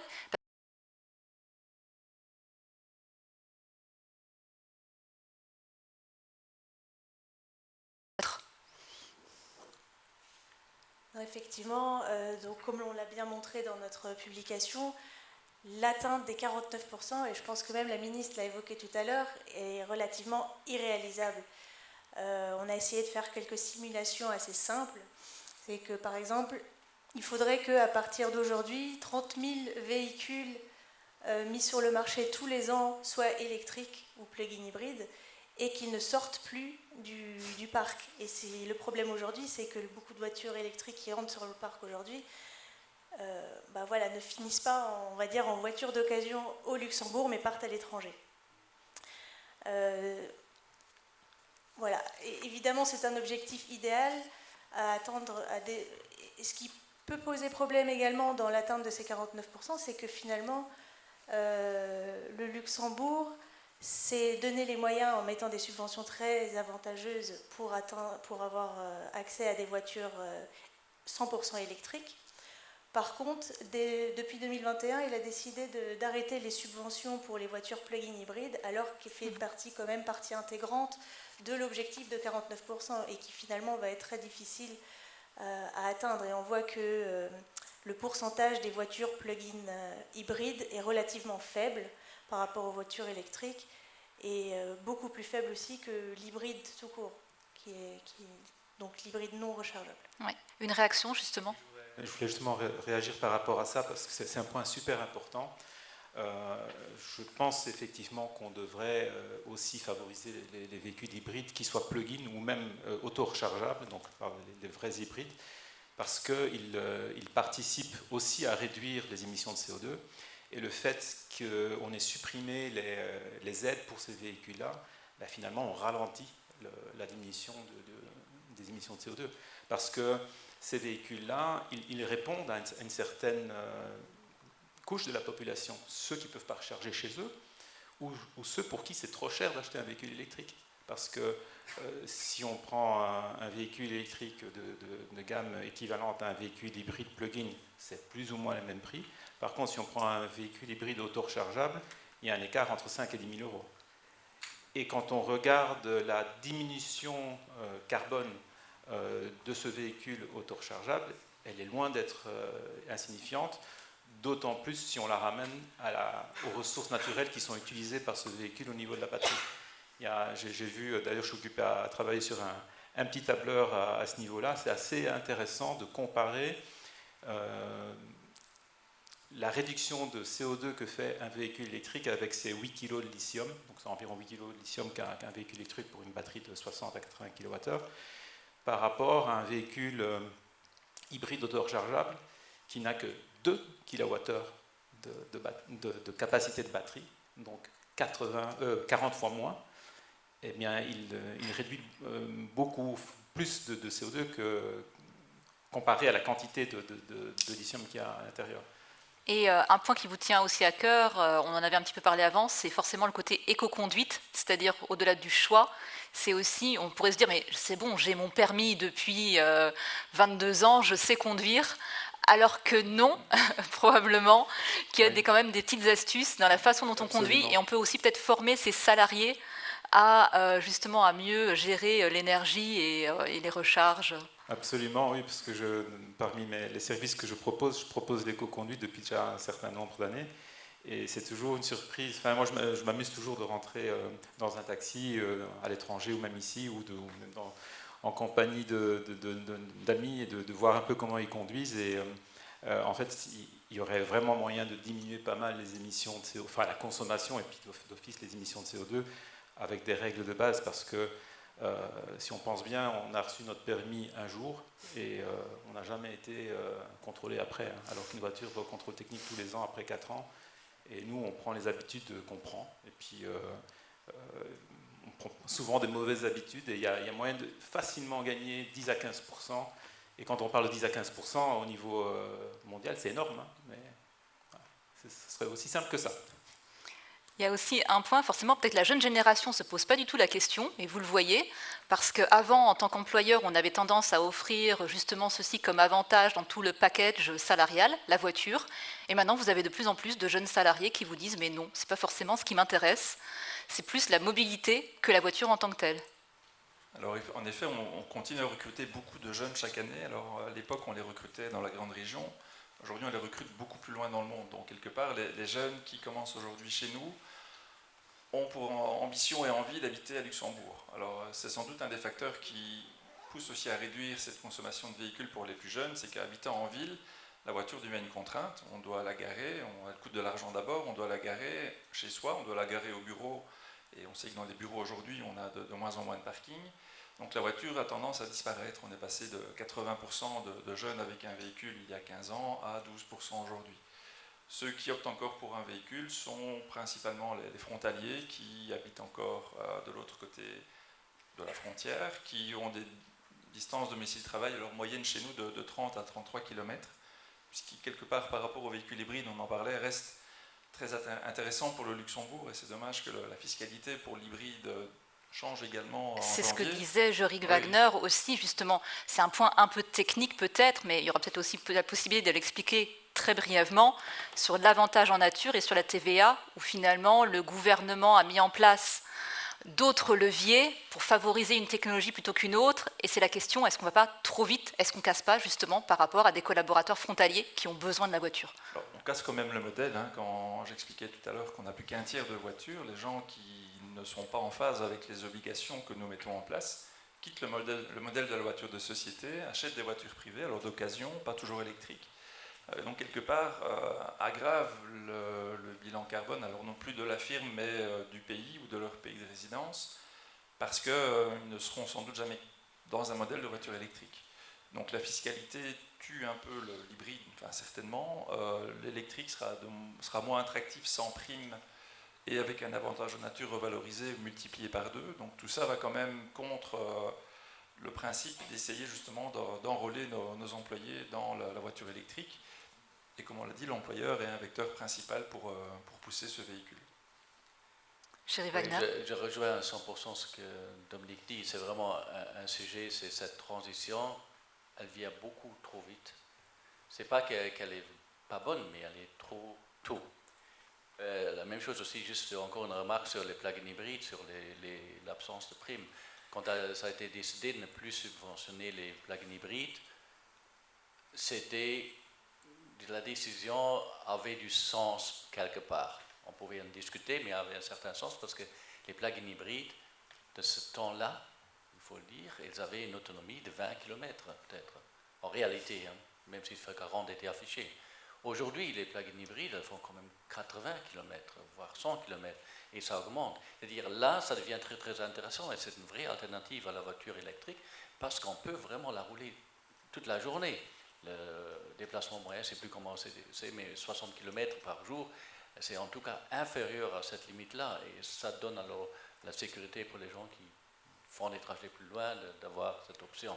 C'est-à-dire, ce n'est pas une option pour tout le monde, mais c'est une option qui serait intéressante pour une certaine partie de la population, et ça ferait de nouveau du sens pour subventionner, justement pour garder les gens dans le système électrique et pour qu'ils conduisent en électrique. La même chose avec les avantages en nature, on le sait. Pour l'année prochaine, tous les avantages en nature vont doubler pour les électriques, doubler d'un coup. Même si on dit que... Non, pour les électriques. Pour les électriques, l'avantage en nature va doubler pour les électriques, c'est quand même beaucoup. Même si on peut dire, oui, le taux était très favorable. Maintenant, il reste toujours favorable. Mais il ne faut pas oublier, parce qu'on calcule sur la valeur de la voiture. Mais la valeur d'une voiture électrique est nettement plus élevée qu'une voiture thermique. Il faut garder ce différentiel pour inciter les gens à être encore en électrique. Et le différentiel, ce n'est pas seulement en pourcentage, le différentiel est en argent, en réel.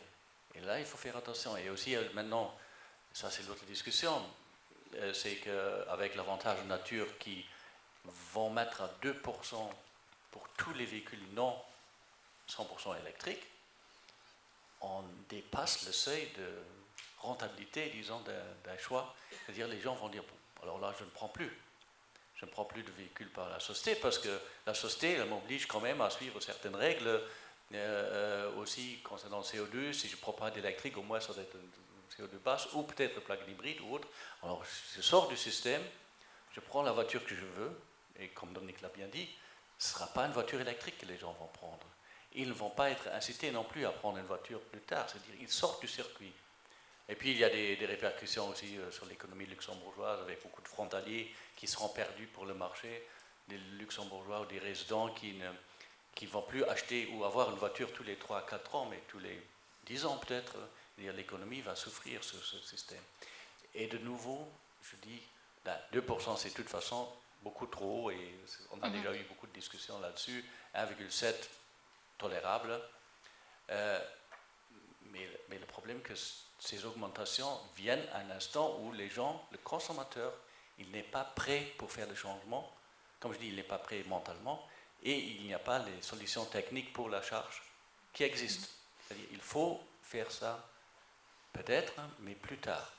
Donc, et même, je dis, l'adoublement de l'avantage nature sur l'électrique, c'est beaucoup. Ce qu'on comprend tout ça, avec tous les exemples qu'on vient donner, c'est l'importance de cet alignement entre les pouvoirs publics et le secteur privé, qui, de par ses retours d'expérience, aussi en voyant l'impact, peut expliquer effectivement comment trouver le juste équilibre.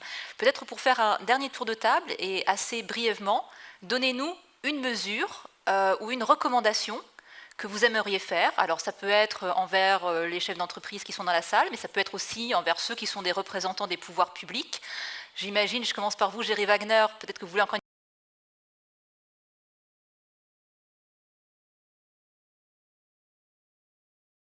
brièvement votre recommandation, votre take-away qu'on pourrait garder en tête. Nos recommandations pour pousser vraiment l'électrification encore plus, pour la faire aussi sustainable, pas seulement ponctuelle, mais vraiment aussi à long terme.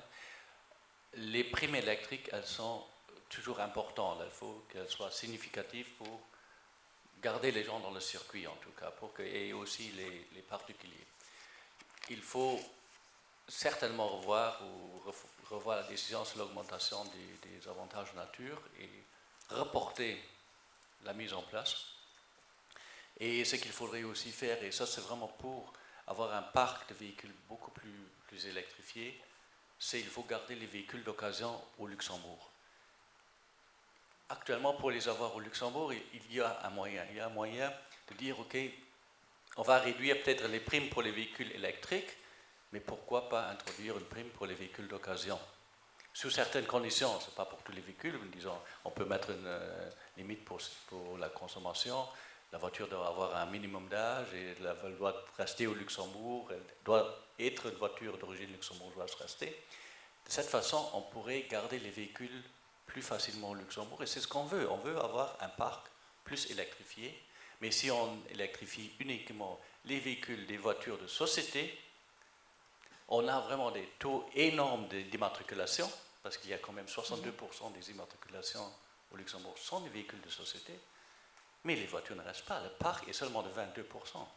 C'est-à-dire même s'il n'y a que des véhicules électriques en société, on a un parc de 22%. Et là, ce n'est pas vraiment ce qu'on veut avoir. Oui, penser dans la durée, effectivement. Stimuler d'une part, mais penser dans la durée aussi. Antonio da Palma, votre recommandation principale ou votre conseil principal? Moi, je m'adresserai au pouvoir public, au gouvernement. Je leur dirais que fonctionner par la contrainte, ça ne marche pas. C'est comme avec les enfants.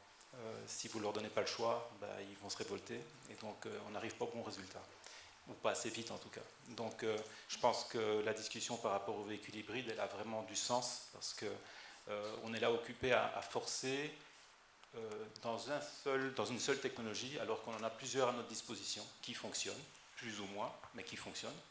Et si on ouvre la porte à toutes ces technologies, eh bien on va avoir un résultat qui est bon plus vite.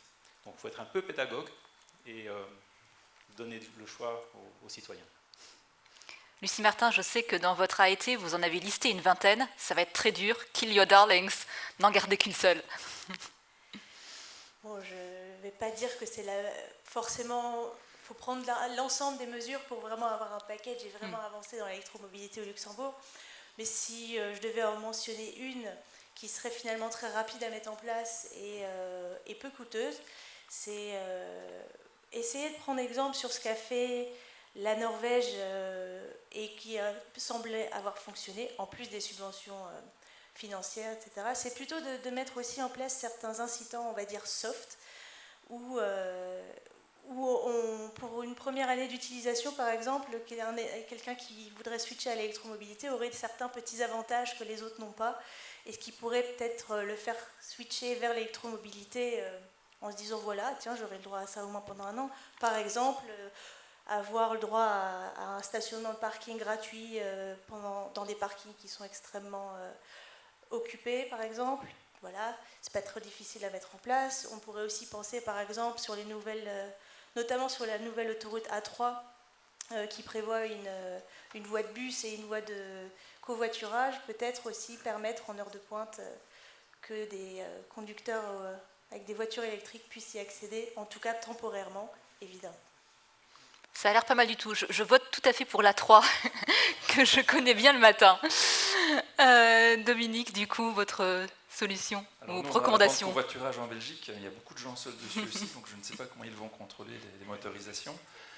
Moi, c'est un peu ce qu'a dit Guéry finalement. Nous, en tant qu'employeurs ou nous, en tant que représentants de la flotte auprès de nos employés, il y a 15 ans, on avait Daniel Lepert qui est maintenant pensionné, qui gérait seul 1500 véhicules.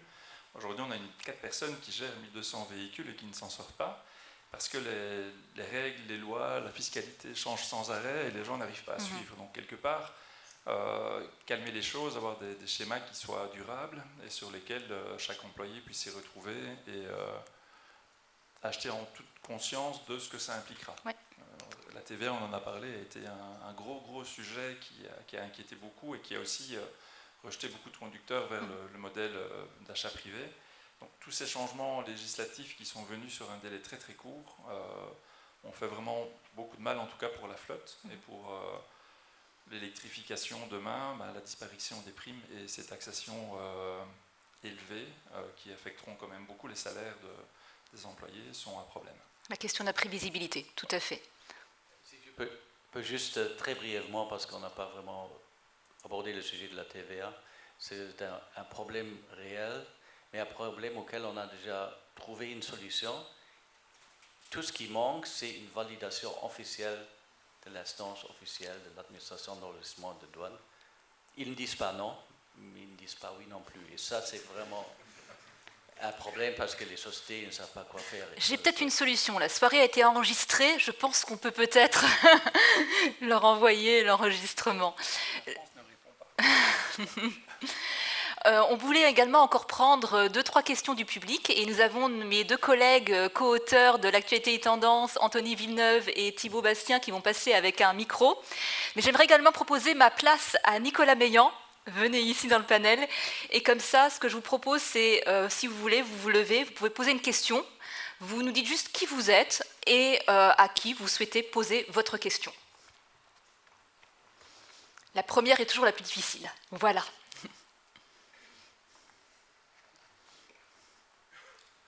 Bonsoir, Marco Etienne, Mobility Manager de Post Luxembourg. Je souhaiterais poser la question des assurances. On entend de plus en plus que les assurances ne subventionnent pas les Tesla, qui sont pour moi des voitures jetables, puisqu'elles sont quasiment irréparables.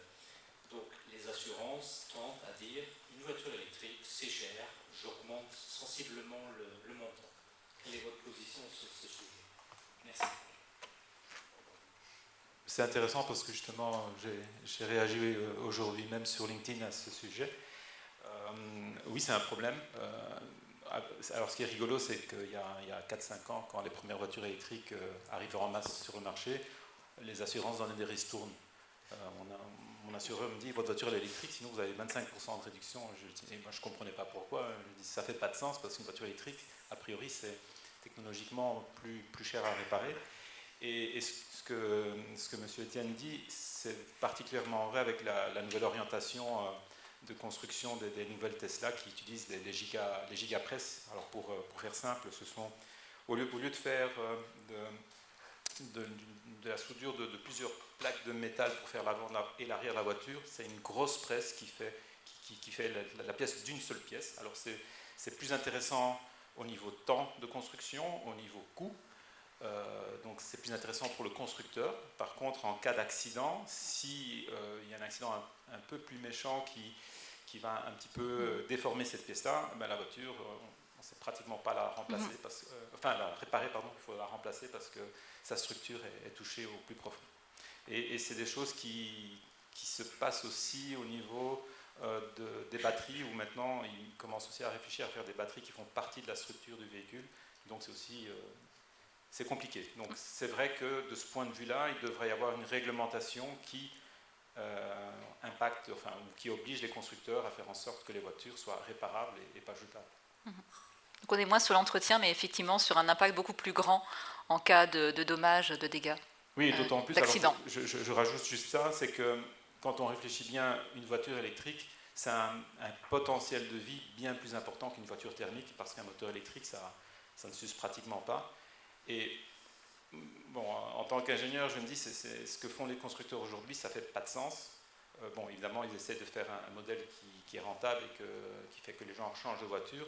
Mais si on pensait à l'optique de circularité, une voiture électrique, si on la concevait vraiment pour qu'elle dure longtemps, on pourrait la faire durer 30-40 ans.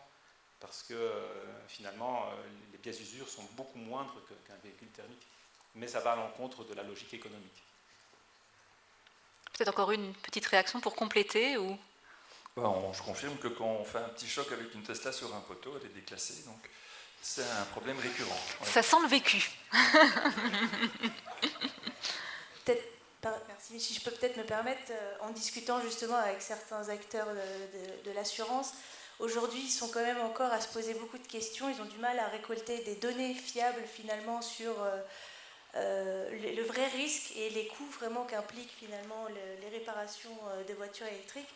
Et ils sont en demande finalement aujourd'hui d'avoir des données fiables pour pouvoir calculer correctement finalement les nouvelles primes qui vont être impliquées.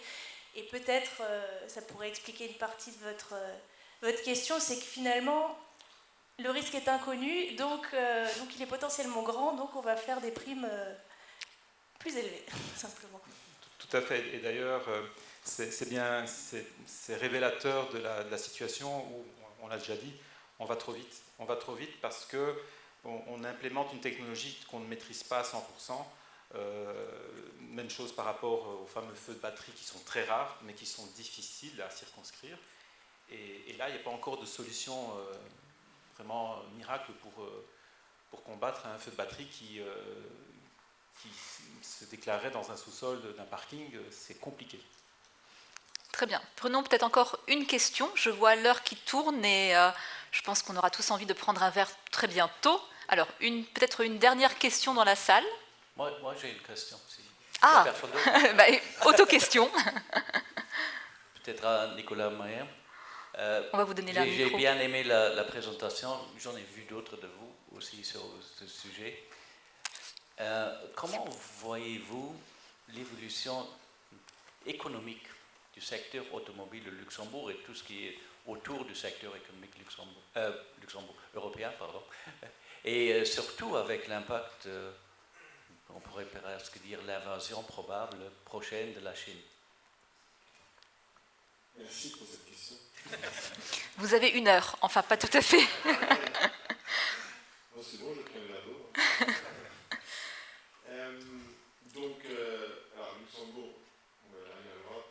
Donc 13 millions d'emplois en Europe, quand on compte, parce que l'industrie mobile, les emplois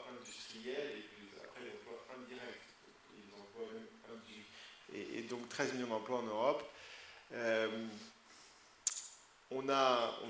J'ai montré un petit peu tout à l'heure effectivement les problématiques. L'Europe était... Alors j'ai fait un rapport qui est disponible sur le site de France Stratégie. On a fait un rapport en novembre 2021 sur les politiques industrielles de la France. Et moi j'ai fait la partie automobile. Donc c'est 16 pages sur 600. Vous n'êtes pas obligé de tout lire. Et je ne parle pas que de... Ah si, je parle quand même un peu de la France. En Europe, en fait, on avait un avantage compétitif, c'était les moteurs thermiques. Et en fait, le marché européen était le marché le plus protectionniste du monde. Mais c'était du protectionnisme chic. C'est-à-dire que c'était sur les réglementations. Donc on avait deux réglementations. Les réglementations sur la sécurité, ce qu'on dit la sécurité passive, c'est les crashs. J'ai commencé ma carrière comme ingénieur crash. Et les normes sur la pollution, les émissions de polluants pour l'échappement. Donc on était vraiment en avance sur tout le monde. Et on avait ce marché, même Donald Trump en rêvait, mais bon, on était plus protectionniste que lui.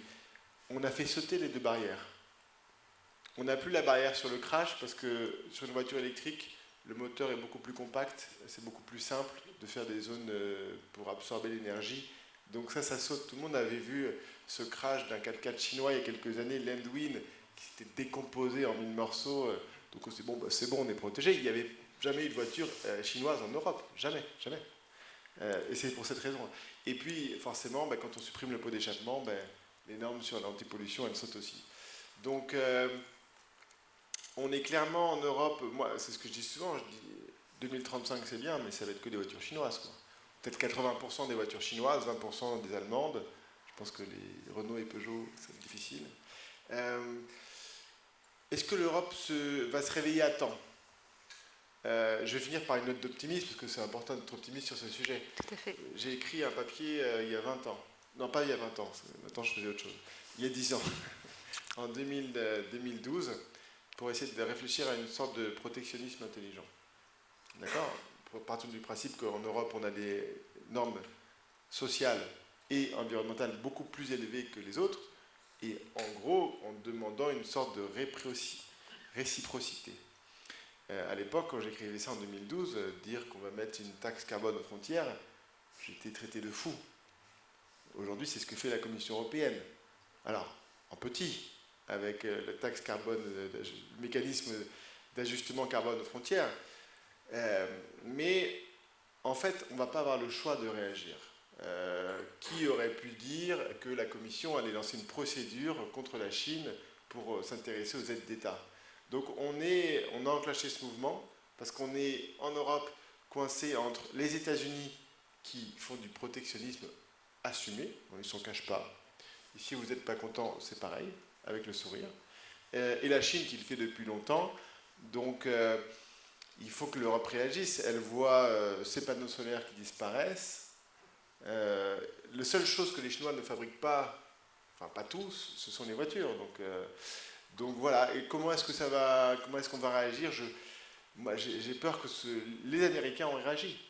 Quand les Américains font Inflation Reduction Act, c'est pas face aux Européens, c'est face à la Chine.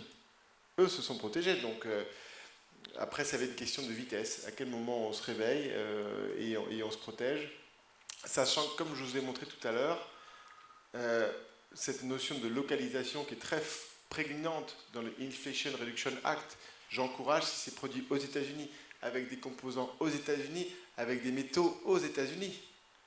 En Europe, on va faire des usines d'assemblage. Mais on ne réfléchit pas à savoir si on a les cellules, si on a les métaux, si on a le raffinage, très important. Et puis, accessoirement, peut-être qu'un jour, on va se poser la question, est-ce qu'on a l'électricité ? Parce que c'est aussi un sujet en Europe. Si vous voulez avoir fermé tout un maximum de centrales thermiques, nous, en France, on a fermé, et après j'arrête parce qu'il y a l'apéro, mais on a fermé entre 2010 et 2012 12 gigawatts de centrales à fioul, charbon et accessoirement du nucléaire qui marchait parfaitement. Ces 12 gigawatts, quand on a eu notre souci sur nos centrales de corrosion sous contrainte, on s'est fait démolir sur l'électricité. Les prix ont été multipliés par 2, donc on payait 2 fois plus cher que tout le monde, 2 fois plus cher que les Allemands, parce qu'on avait supprimé nos marges de manœuvre. Sauf que ça, on l'a fait dans tous les pays en Europe. Alors, la bonne nouvelle, qui est une bonne moyenne nouvelle, c'est comme on est en train de se désindustrialiser, la demande baisse, mais on peut quand même être un peu optimiste et espérer qu'on va se relocaliser. C'est quand même le sens de l'histoire, et dans ce cas-là, il faut qu'on ait l'électricité en face, parce que juste pendant la crise, je me souviens de l'électricité, en Suisse, hein, quand ils n'étaient pas sûrs, ils ont interdit aux gens en voiture électrique de se charger. Hein. C'est quand même ça qui se passe à la fin. Hein. Et je vous appelle que maintenant, vous allez avoir tous des compteurs intelligents, donc on ne pourra pas faire semblant, et ça ne marchera plus. Donc voilà, mais soyons positifs, on est sur la bonne tendance, le problème, ce sera la vitesse. Alors, moi, ce que je propose, c'est que comme il y a des élections européennes au mois de juin, je pense que là, nous tous, on peut écrire un programme. Et il commence dès maintenant en allant boire un verre ensemble. Donc, restez encore un petit peu avec nous. Merci beaucoup à tous nos intervenants pour vos excellentes réflexions.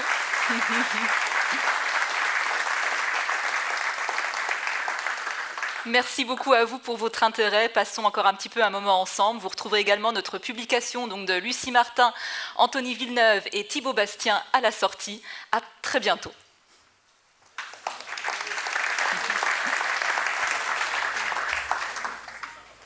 Merci beaucoup.